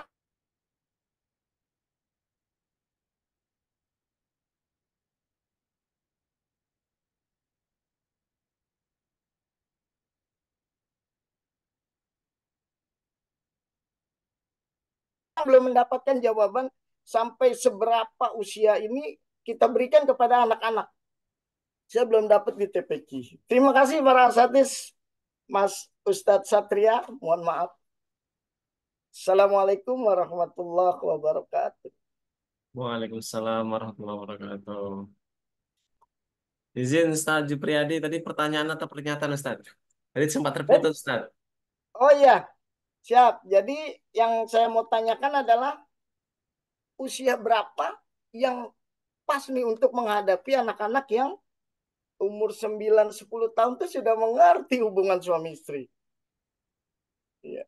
Apakah dari dalam kandungan, apakah dari begitu dia keluar? Ini belum saya belum nyampe sampai situ ilmu saya. Begitu Ustaz Satria. Baik, baik. Baik, sudah dipahami Ustaz. Ustaz Siap. Jupriyadi, alhamdulillah. Terima kasih jazakallah. Waalaikumsalam Ustaz. Baik, dua pertanyaan dari Ustaz Saruji dan Ustaz Jupriyadi ya, Masya Allah. Baik, saya rasa pertanyaan dari Ustaz Saruji, Ustaz Ramanda boleh jawab dulu Ustaz ya. Dan pertanyaan dari Ustaz Jupriyadi mungkin langsung dari Ustaz Abdullah menjawab. Silakan Ustaz Ramanda. Terkait mendidik tadi ya dari Ustadz itu Saruji itu Ya pendidikan Ustaz. di apa namanya di level rumah ya, rumah atau kelas di SMP itu Ustadz.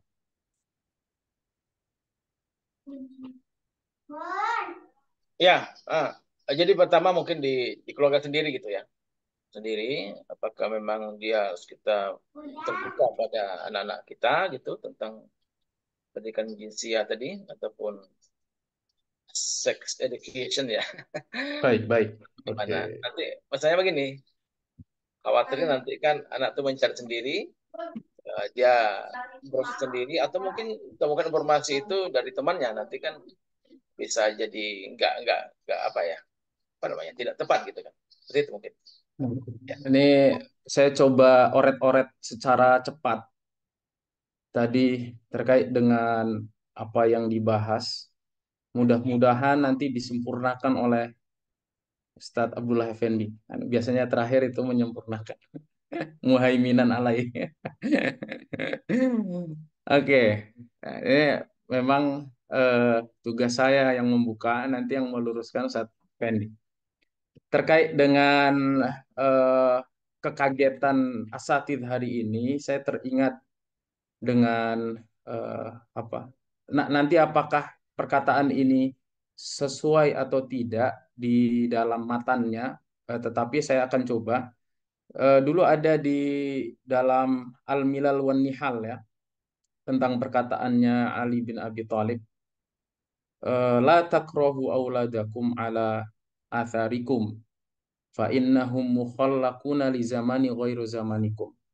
Jadi Imam apa Ali bin Abi Thalib mengatakan bahwa jangan coba untuk membenci pola atau tingkah laku anak-anak kalian terhadap yang memang dengan zaman yang kalian ada ini. Sesungguhnya mereka ini tercipta dari keadaan atau kondisi yang berbeda dengan zaman yang kita tempatin. Jadi kalau tadi ada Ustadz Jubriyadi terkaget-kaget, saya itu sebenarnya kaget, tapi karena eh, para a'immah sudah bilang nggak usah kaget, ya udah saya jadi nggak kaget ini Ustadz. Jadi kalau mamanya yang seperti ini udah karena begini, prinsip daripada sejarah itu berulang. Maka tadi ketika menjelaskan tentang dari mana sih sebetulnya kita itu mengajarkan apa namanya tarbiyah jinsiyah. Rasul dan apa namanya melalui wahyu Al-Qur'an itu kan mengajarkan dengan cara yang sangat simpel. Dengan tadi yang dibacakan oleh Ustaz Effendi misalkan la taqrabuz zina gitu kan innahu kana fahsyata wa sa'a sabila ila akhirih. Nanti kalau kurang lengkap ya Ustadz Satria yang tugas menyempurnakan. Nah, jadi intinya cuma satu, jangan dekati. Gimana cara jangan mendekati itu? Pendekatannya setidaknya ada dua. Yang secepat saya ini, ya, secepat saya eh, membaca dari paparan tadi. Yang pertama adalah ghaddul basar. Itu yang pertama, pendekatan yang paling mudah, menjaga pandangan. Berarti orang tua hanya cukup, nak, eh, apa pandangannya jaga. Kenapa? Nggak boleh jelalatan ya. Itu mamanya kalau laki-laki ya nggak boleh jelalatan ke perempuan. Atau sebaliknya, perempuan ngapa kok lihat-lihat laki-laki. Dengan alasan-alasan yang sangat mudah dipahami, tetapi bahasa ini harus sampai.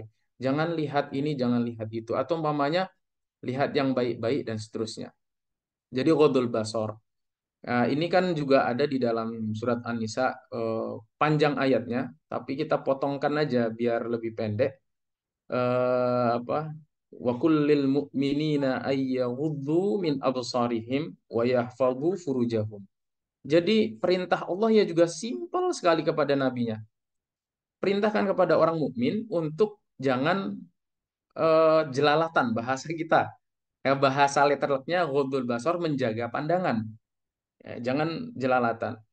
Karena kemudian Rasulullah pun di dalam hadisnya mengatakan bahwa ghuddul basar itu sahmun min sihamil iblis.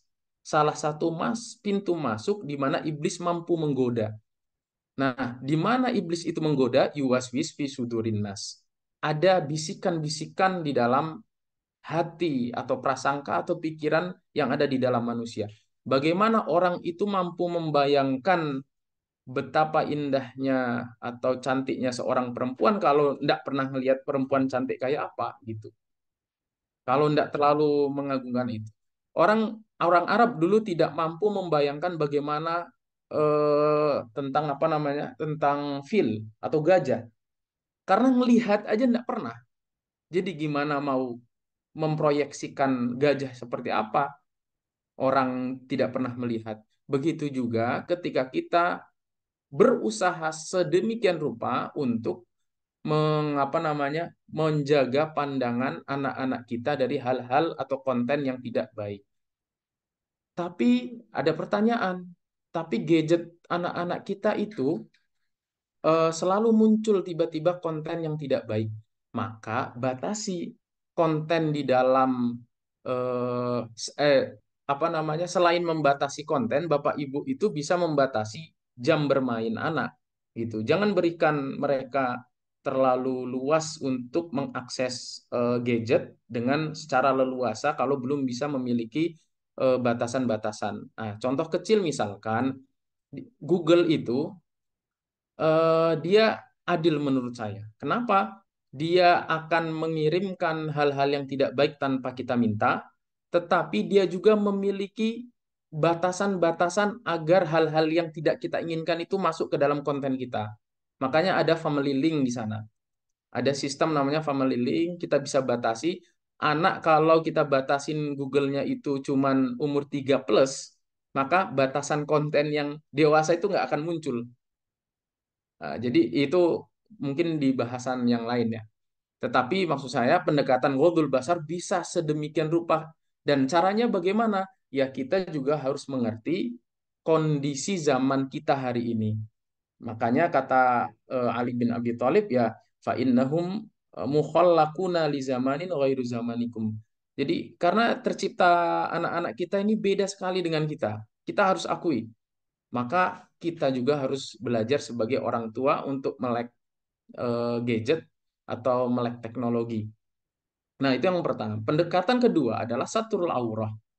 Batasin anak-anak kita dengan cara menutup aurat. Tidak harus bilang, ini tidak boleh, itu tidak boleh. Tapi ajarkan kepada anak, nah, pakai pakaian yang sopan. Nah, pakai pakaian yang baik itu bagaimana? Ya, kalau laki-laki menutup auratnya sampai lutut, perempuan itu harus ditutup semuanya. Dan itu Bapak Ibu sekalian tanpa harus mengatakan dalil syar'i ini haram karena ini harus karena nanti masuk surga dan seterusnya.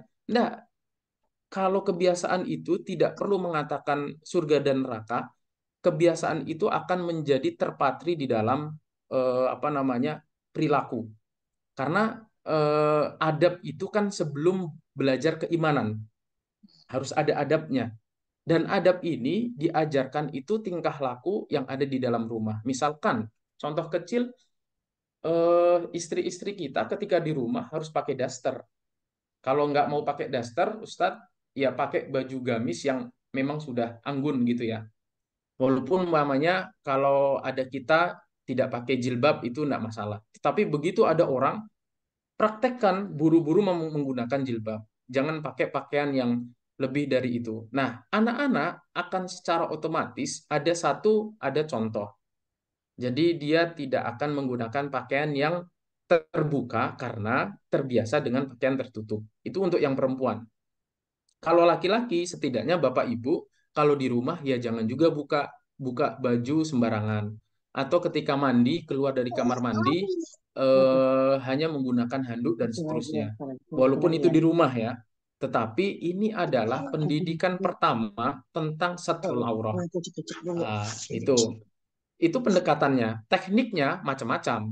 Ya, tekniknya nanti kalau udah ghaddul basar ya nanti jangan ada kholwat. Dan itu bisa ditambah karena saya titik-titik. Ya, tugas nambah berarti datang yang setelahnya nanti. Nah, umpamanya ada lagi satrul aurah itu kalau umpamanya apa kita tidak memiliki pakaian yang bagus, Bapak Ibu sekalian, kalau Bapak Ibu apa namanya para asatidz di sini pernah membaca biografi Sa'id bin Amr Al-Jumahi, itu ada satu hari dia tidak mengenakan pakaian sama sekali. Gimana caranya agar dia tetap tertutup auratnya, tidak keluar rumah? Nah, gitu. Bagi perempuan, bagi mereka yang umpamanya apa namanya eh, sulit untuk menutup aurat, ya jangan sering terbiasa keluar rumah. Makanya menutup aurat dengan tidak keluar rumah itu sangat lebih mujarab lagi. Wa qarna fi buyutikunna wala tabarrujna tabarrujal jahiliyah. Jadi eh, Islam itu sangat sangat gampang dalam memberikan konsep aurat, menjauhi zina. Jadi itulah yang kita ajarkan kepada anak-anak kita, termasuk kepada anak-anak SMP. Ya jangan langsung dengan menggunakan kata-kata zina mungkin ya, atau jangan langsung menggunakan kata-kata yang apa namanya langsung to the point terhadap zina, kemudian haram, halal, haram, masuk neraka dan seterusnya. Karena justifikasi itu terkadang yang akan memberikan rasa takut kepada calon apa namanya generasi kita setelahnya. Wah, bapak ini nggak asik lah, dikit-dikit neraka, dikit-dikit surga. Nah, zaman sekarang para asatidz sekalian ada namanya mental health. Itu nggak tahu istilah itu muncul dari mana, tetapi memang eh, anak-anak kita kalau kita singgung sedikit dia langsung eh, apa namanya pergi dan seterusnya. Maka pendekatannya adalah lebih ke arah hal-hal yang mereka inginkan, tetapi kita arahkan kemudian kepada sesuai dengan aturan Islam. Nah, anak kalau sudah mulai mengerti begitu tanpa harus mengeluarkan dalil, itu nanti dalil baru akan dipelajari setelah mereka eh, belajar serius di tingkat SMP atau SMA atau mereka membaca kajian dan apa menghadiri kajian dan seterusnya. Jadi karena Rasulullah dalam melarang siapa namanya Ibnu Abbas ya kalau enggak salah Ibnu Abbas atau Harisah itu ketika beliau mengatakan ya hulam samillah wa kul biyaminik wa kul mimma yali. Di situ kan Rasulullah tidak mengatakan kata neraka, surga atau inilah yang harus dilakukan dalam Islam, enggak, tetapi dengan kata lembut, anakku makan ya pakai tangan kanan. Bacalah bismillah dulu, baru menggunakan tangan kanan.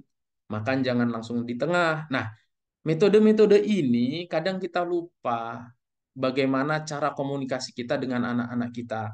Nah, mungkin itulah yang bisa kami sampaikan ya terkait dengan apa namanya bagaimana sih kita mengajarkan anak-anak kita. Kalau maunya kaget, wah kalau dari umur dari saya saja umur saya itu saya yang mungkin lettingannya jauh lebih muda dari Ustadz Jupriyadi ini ya. Itu antum senior mungkin ya di sini.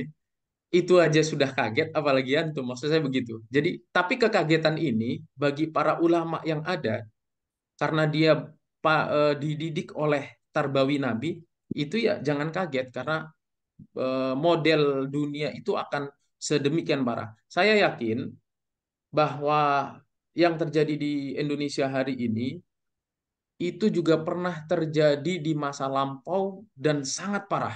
Saya yakin itu. Tetapi bagaimana Islam itu datang ya'lu wa la yu'la alai. Nah, bagaimana dia bisa berhasil mewujudkan generasi Arab yang disebut sebagai generasi yang buruk saat itu menjadi pemimpin dunia dengan memiliki perilaku yang anggun. Nah, itu dia PR kita terkait dengan mengembalikan lagi tata cara kita mengenalkan Islam dengan tidak langsung menyebutkan dalil karena hari ini alergi Ustaz. Nyebut dalil itu alergi Ustaz. Afwan sih. Tapi itu memang alergi anak-anak sekarang nyebut dalil itu. Tetapi kalau dengan kata-kata mutiara, walaupun kata mutiara itu sebetulnya dari Rasul, itu dibilang, keren ya katanya, keren. Padahal ya itu dari Rasul dan seterusnya. Nah, mungkin itu yang bisa Ana sampaikan dalam diskusi kali ini. Kekurangannya mohon dimaklumi dan bisa ditambah pada Ustadz Effendi nanti ya. Assalamualaikum warahmatullahi wabarakatuh. Baik, Alhamdulillah. Jazakallah khair Ustaz Rahman Daruti sudah menjawab pertanyaan Ustaz Saruji. Bagaimana Ustaz Saruji? Kita akan buka forum berikutnya Ustaz. Terkait Ustaz tadi bilang ya, apa namanya, menolak PP. Masya Allah. Baik, bagaimana Ustaz Al Effendi? Ada yang menambahi atau langsung jawab pertanyaan dari Ustaz Jupriyadi? Langsung jawab ya Ustaz ya. Silakan Ustaz. Alhamdulillah. Wassalamualaikum. Eh, sudah ditambah sudah dijelaskan tadi oleh Ustaz Pramanda ya. Kalau eh, istilahnya tadi pertanyaan dari Ustaz Saruji ya, Saruji. Jadi ada kaitannya sebenarnya dengan pertanyaannya Ustadz Jupriyadi ini. Jadi saya coba izin nyambil Ustadz ya, kita coba jawab karena ada kaitannya. Sebelum terlalu jauh ke usia, sebenarnya ada satu hadis Nabi yang kita sudah hafal sebenarnya lebih banyak mungkin kita sudah pada tahu ya, bahwa kemudian dikatakan oleh Rasulullah, kullu mauludin yuladu 'alal fitrah, ya, bahwa setiap anak yang dilahirkan itu di atas fitrah. Nah, fitrah itu kalau kita baca dalam kitab misalnya Tarbiyatul Aulad ya, karya Dr. Abdullah Nasim Ulwan, itu adalah Islam. Jadi, fitrah kita itu adalah Islam. Setiap manusia itu fitrahnya Islam. Nah, mereka itu lahir di dunia dalam keadaan layaknya kertas putih kan gitu ya, belum dikotori atau belum diwarnai, belum dicat dengan beragam warna ya. Maka eh, Islam sangat-sangat fokus tentang pendidikan ya, bahwa memang pendidikan itulah yang nanti akan mengisi warna apa yang mau kita berikan kepada anak ini ya. Dan saya termasuk orang yang tidak setuju dengan stigmatisasi yang hari ini beredar di mana-mana. Kalau saya itu agak berbeda khusus untuk itu. Misal ya hari ini generasinya generasi strawberry gitu ya, atau generasi milenial ya, generasi kolonial ya, banyak-banyak istilahnya itu ya. Generasi baby boomer kalau dulu orang-orang tua kita ya, atau misalnya Gen Z gitu ya. Kenapa saya tidak setuju?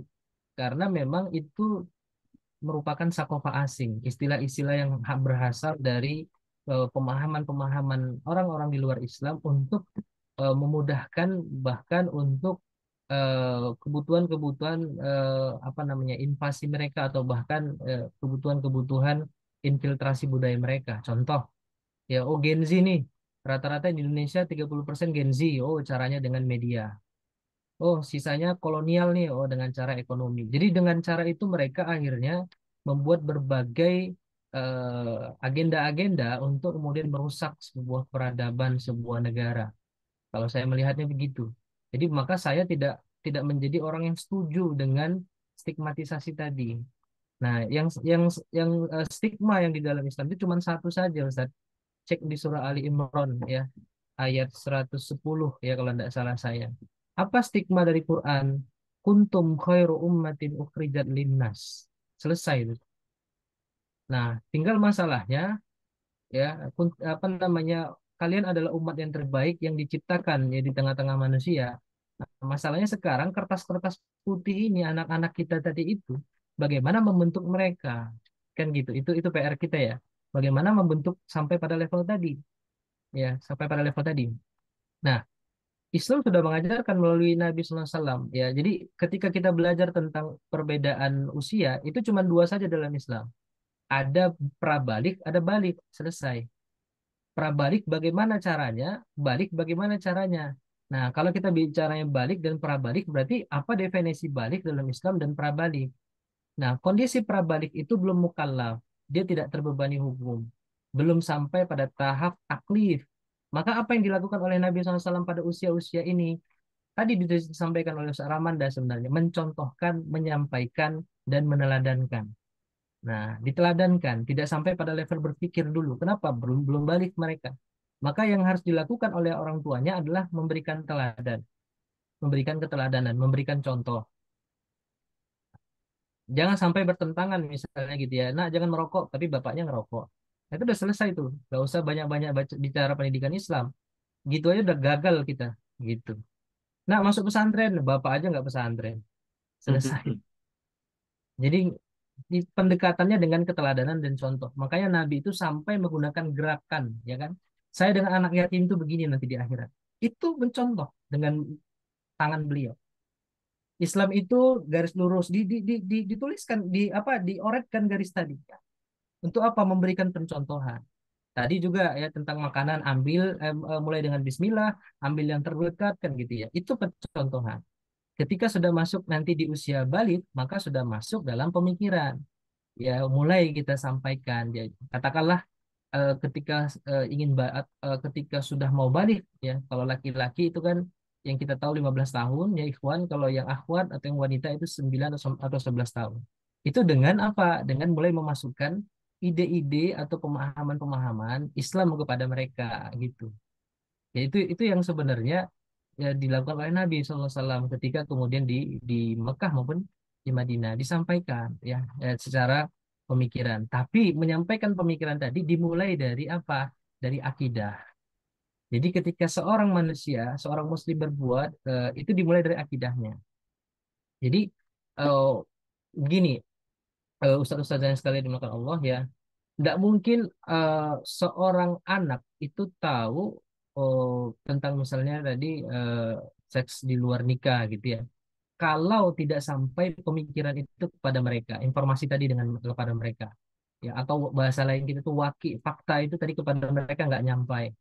Nah, tinggal nanti sarana-sarana tadi yang menyampaikan informasi tadi itu yang berarti kita stop, kita tutup gitu ya. Apa handphone ya YouTube atau handphone boleh tapi kemudian kita kontrol YouTube misalnya kita kontrol waktunya, kita kontrol tayangannya dan sebagainya.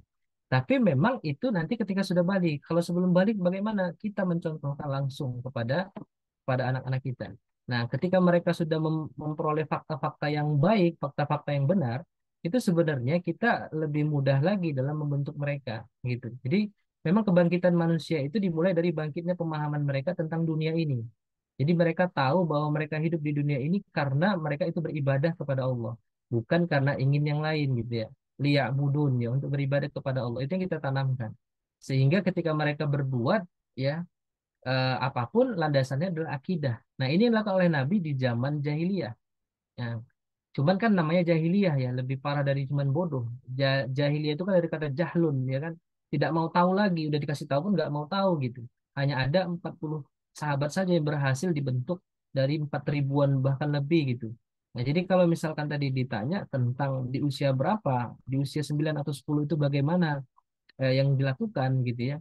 Nah, itu dari fakta yang mereka peroleh Ustaz.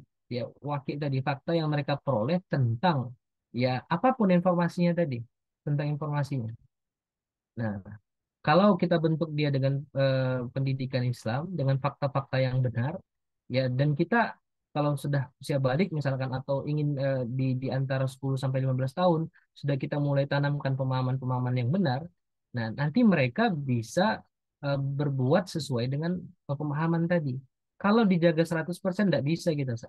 Jadi kita tanamkan akidah sebagaimana Nabi menanamkannya di Mekah dulu, kemudian dari akidah tadilah muncul ketaatan mereka, ketakutan mereka, bukan ketakutan ya, ketaatan mereka atau idrok mereka, kesadaran mereka berbuat itu berdasarkan apa yang Allah perintahkan karena mereka yakin Allah itu ada, yakin akhirat itu ada, yakin kemudian ada hisab nanti ketika mereka melakukan perbuatan salah atau benar. Nah, itu yang harus kita tanamkan, baru kita tanamkan syariatnya, ya bagaimana dalam Islam itu dalam segala aspek. Sehingga ketika anak-anak tadi akidahnya benar, syariahnya, pemahamannya benar, mau kita pisahkan pun atau katakanlah kuliah ke luar negeri segala macam, mereka sudah memiliki penjaga terbaik. Apa itu penjaga terbaik mereka? Akidah mereka itu. Nah, kalau nggak bisa kita terus-terusan kontrol 24 jam gitu ya. Nah, jadi tadi ya mungkin jawaban saya Ustaz dari pertanyaan dari Ustaz Saruzi dan juga Ustaz apa namanya Fibriyadi. Nah, tinggal masalahnya kalau di keluarga aman, insya Allah bisa kita kita kontrol itu. Tapi kan pembahasannya bukan cuma di keluarga, tapi di masyarakat gimana? Nah, maka pilihlah masyarakat yang betul-betul baik ya, kualitasnya. Kemudian sekolahnya gimana? Maka pilihlah sekolah yang baik. Ya, tadi kita sudah bahas nih kurikulumnya kurikulum Islam gitu ya. Bahkan saya ada buat pelatihan itu kurikulum integratif ya, pelatihan CIHOP ada mungkin dari kita yang sudah ikut di sini gitu ya. Nah, itu untuk memastikan dalam skala di luar jangkauan orang tua. Jangan masukin ke sekolah yang cuma SPP-nya murah gitu ya. Tapi ternyata gurunya pun misalnya mohon maaf sekuler gitu ya, membolehkan pacaran segala macam, maka apa yang kita ajarkan di rumah bisa mental lagi ketika di sekolah. Maka itu perlu menjaga fitrahnya tadi itu di setiap kondisi yang berhubungan dengan manusia itu sesuai dengan Islam. Nah, itu mungkin jawaban Anda Ustaz Satria, wallahu a'lam bishawab. Anda kembalikan.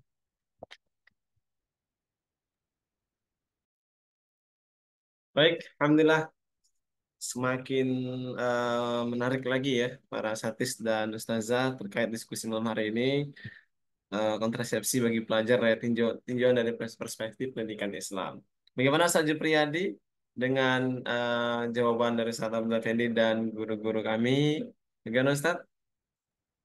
Ya, Satria, alhamdulillah ya. Ya, artinya saya dapat menarik kesimpulan berangkat dari keluarga masing-masing. Cuma jadi PR buat kita semua. Kalau yang punya ilmu agama dari backgroundnya pondok ataupun orang tuanya background agamanya bagus, mungkin nggak masalah. Ini yang jadi PR kita bersama adalah keluarga-keluarga yang tanpa dasar pendidikan agamanya masih kurang sekali atau dikatakan awam. Itu mungkin PR buat kita ya. Itu aja. Terima kasih Ustadz ya. Jazakallah khair. Baik, Waalaikumsalam Ustaz Jupriyadi. Baik, Masya Allah. Sudah jam 10.08 Ustaz Abdul Effendi. Kita lanjut Ustaz sampai pagi. Kopi biar kita pun Ustaz. Kalau kalau tidak ada pertanyaan, tergantung pertanyaan ini. Ustaz. Baik, silakan para satis yang mau bertanya, kami persilakan kembali ya. Karena masih ada waktu mungkin sekitar 15 menit lagi menunggu pertanyaan. Silakan para satis jika ada yang ingin bertanya.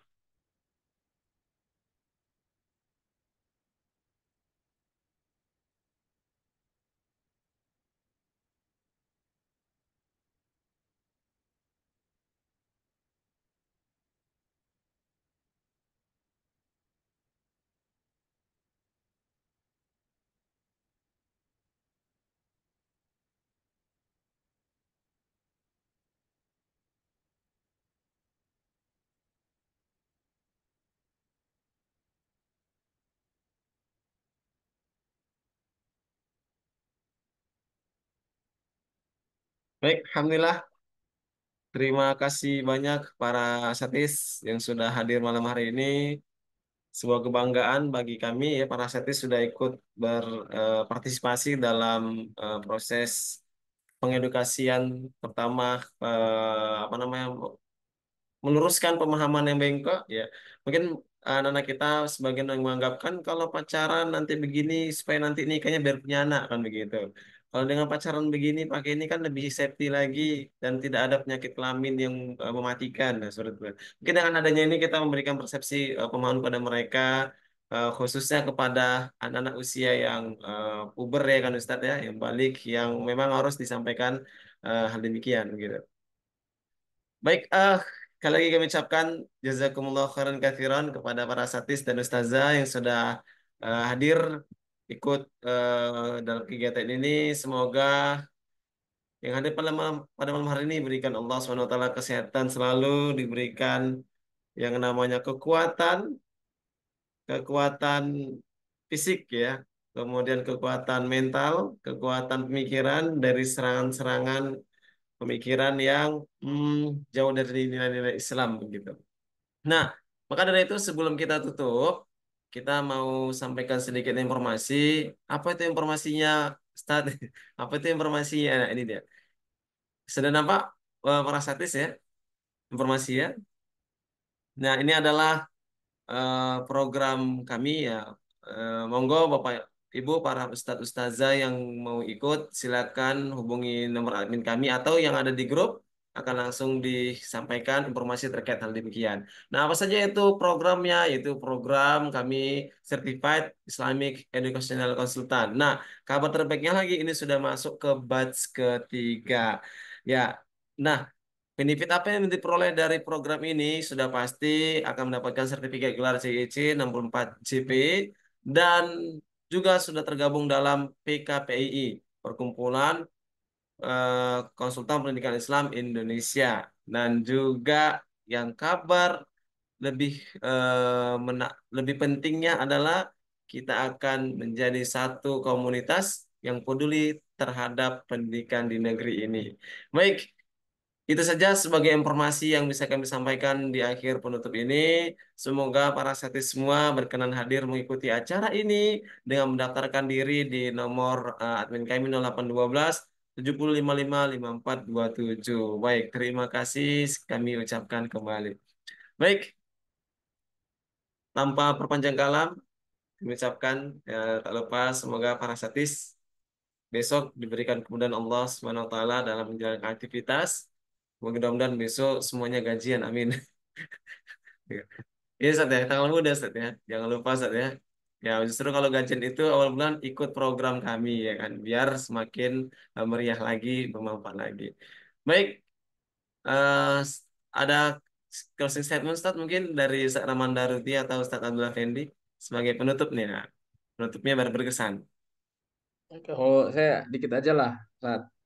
Silakan Ustaz. Jadi saya lupa kaidah usulnya, tapi kaidah usul intinya begini. Jangan berikan eh, apa namanya masalah, baik itu berceramah ataupun apa, kepada orang yang sama sekali tidak tahu masalah itu ada. Termasuk, nah saya bahasa Arabnya lupa, itu eh, nanti bisa dicari lah di kaidah usul fik. Nah, intinya bahwa termasuk kontrasepsi ini sebenarnya saat Afwan, walaupun anak agak apa konsentrasinya ada di dalam lembaga pendidikan, saya baru mulai membaca, mulai menelaah ketika Ustadz Agil dan Ustadz Effendi ini mengangkat tema ini. Ada apa namanya kontroversi tentang undang-undang ini. Jadi ini pun berlaku sama kayaknya kepada anak-anak kita atau di dalam lingkungan keluarga ataupun yang lebih besar lembaga pendidikan kita. Kalau memang mereka nggak terlalu paham dengan ini kayak yang disampaikan tentang Ustadz Ahmadi tadi ya. Kalau di Aceh nggak perlu dibahas lah barang itu gitu kan. Nah, jadi kita membahas ini dari sisi dalam bentuk kepedulian kita terhadap anak bangsa yang umum. Tetapi membahas ini pun kayaknya harus melihat situasi, kondisi, dan lapangan yang ada. Jadi mungkin itu closing statement bagi kami. Ini menguatkan kembali bagi apa namanya pandangan para asatid. Ada yang sama sekali tidak tahu tentang ini, ada yang sudah tahu tetapi entah mau dibahas bagaimana. Kalau yang memang tidak ramai di kalangan kita, mungkin yang tidak perlu dibahas. Tetapi kalau memang itu ada kasusnya, itu menjadi urusan serius. Nah, adanya apa namanya seminar ini mudah-mudahan diskusi kita ini tidak perlu dibahas keluar kalau memang para asatid di sana tidak ada. Tetapi ini menjadi pengetahuan dasar kita terhadap isu-isu pendidikan yang hari ini terjadi. Itu sebagai tindakan preventif bagi para akademisi dan para asatid yang ada. Mungkin itu dari Ana Ustadz Satria. Assalamualaikum warahmatullahi wabarakatuh. Assalamualaikum warahmatullahi wabarakatuh. Baik, Ustaz Abdullah Fendi, silakan Ustaz.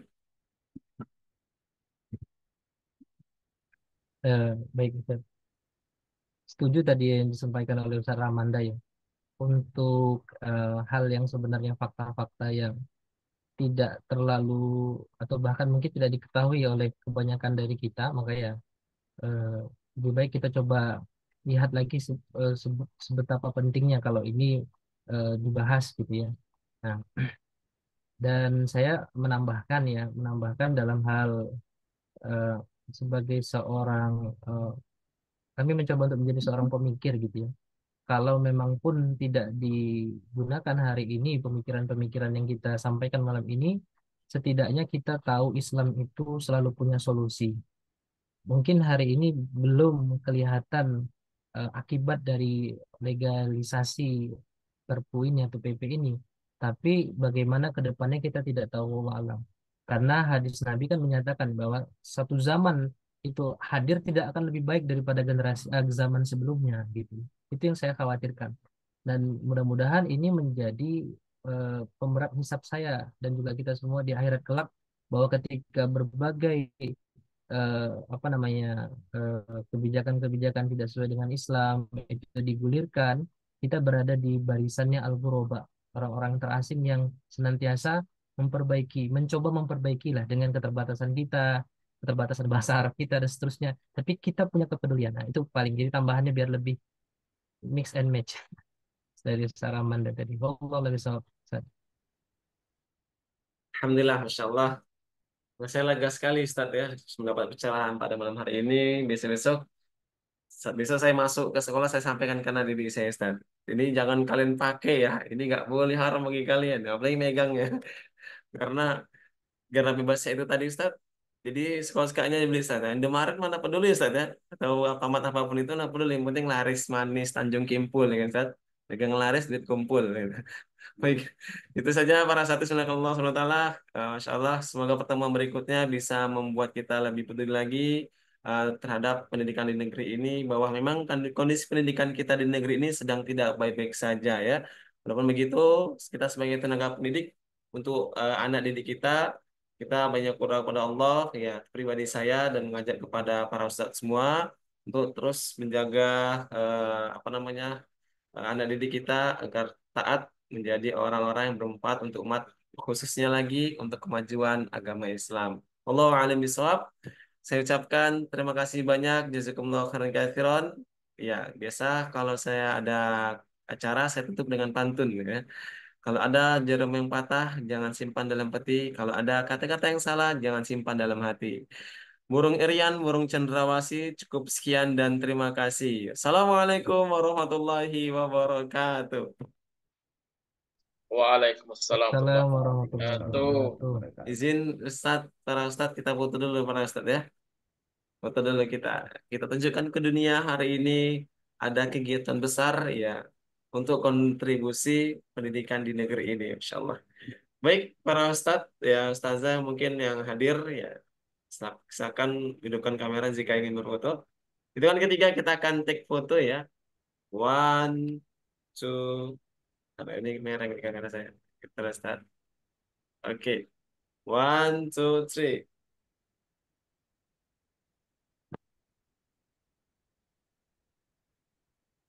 Oke, sip. Saya cek dulu apakah sudah bagus fotonya. Oke, gaya bebas Ustaz. Boleh gaya bebas apa aja ya. Boleh ekspresi apa saja ya. Jangan ada satu dua tiga Ustaz ya. Ini lagi apa? Lagi pilek nih pilek. Pemilihan legislatif. Satu, dua, tiga.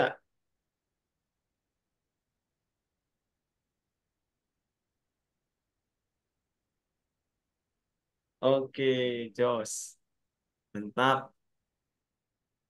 Terima kasih para satis. Semoga pertemuan berikutnya lebih ramai lagi dan lebih interaktif dan menarik lagi. Bye-bye. Selamat beristirahat semua para satis. Assalamualaikum warahmatullahi wabarakatuh. Waalaikumsalam warahmatullahi Sekarang Waalaikumsalam Ustaz Abdul warahmatullahi Effendi, wabarakatuh. sekarang Ustaz Ramanda. Alhamdulillah. Alhamdulillah.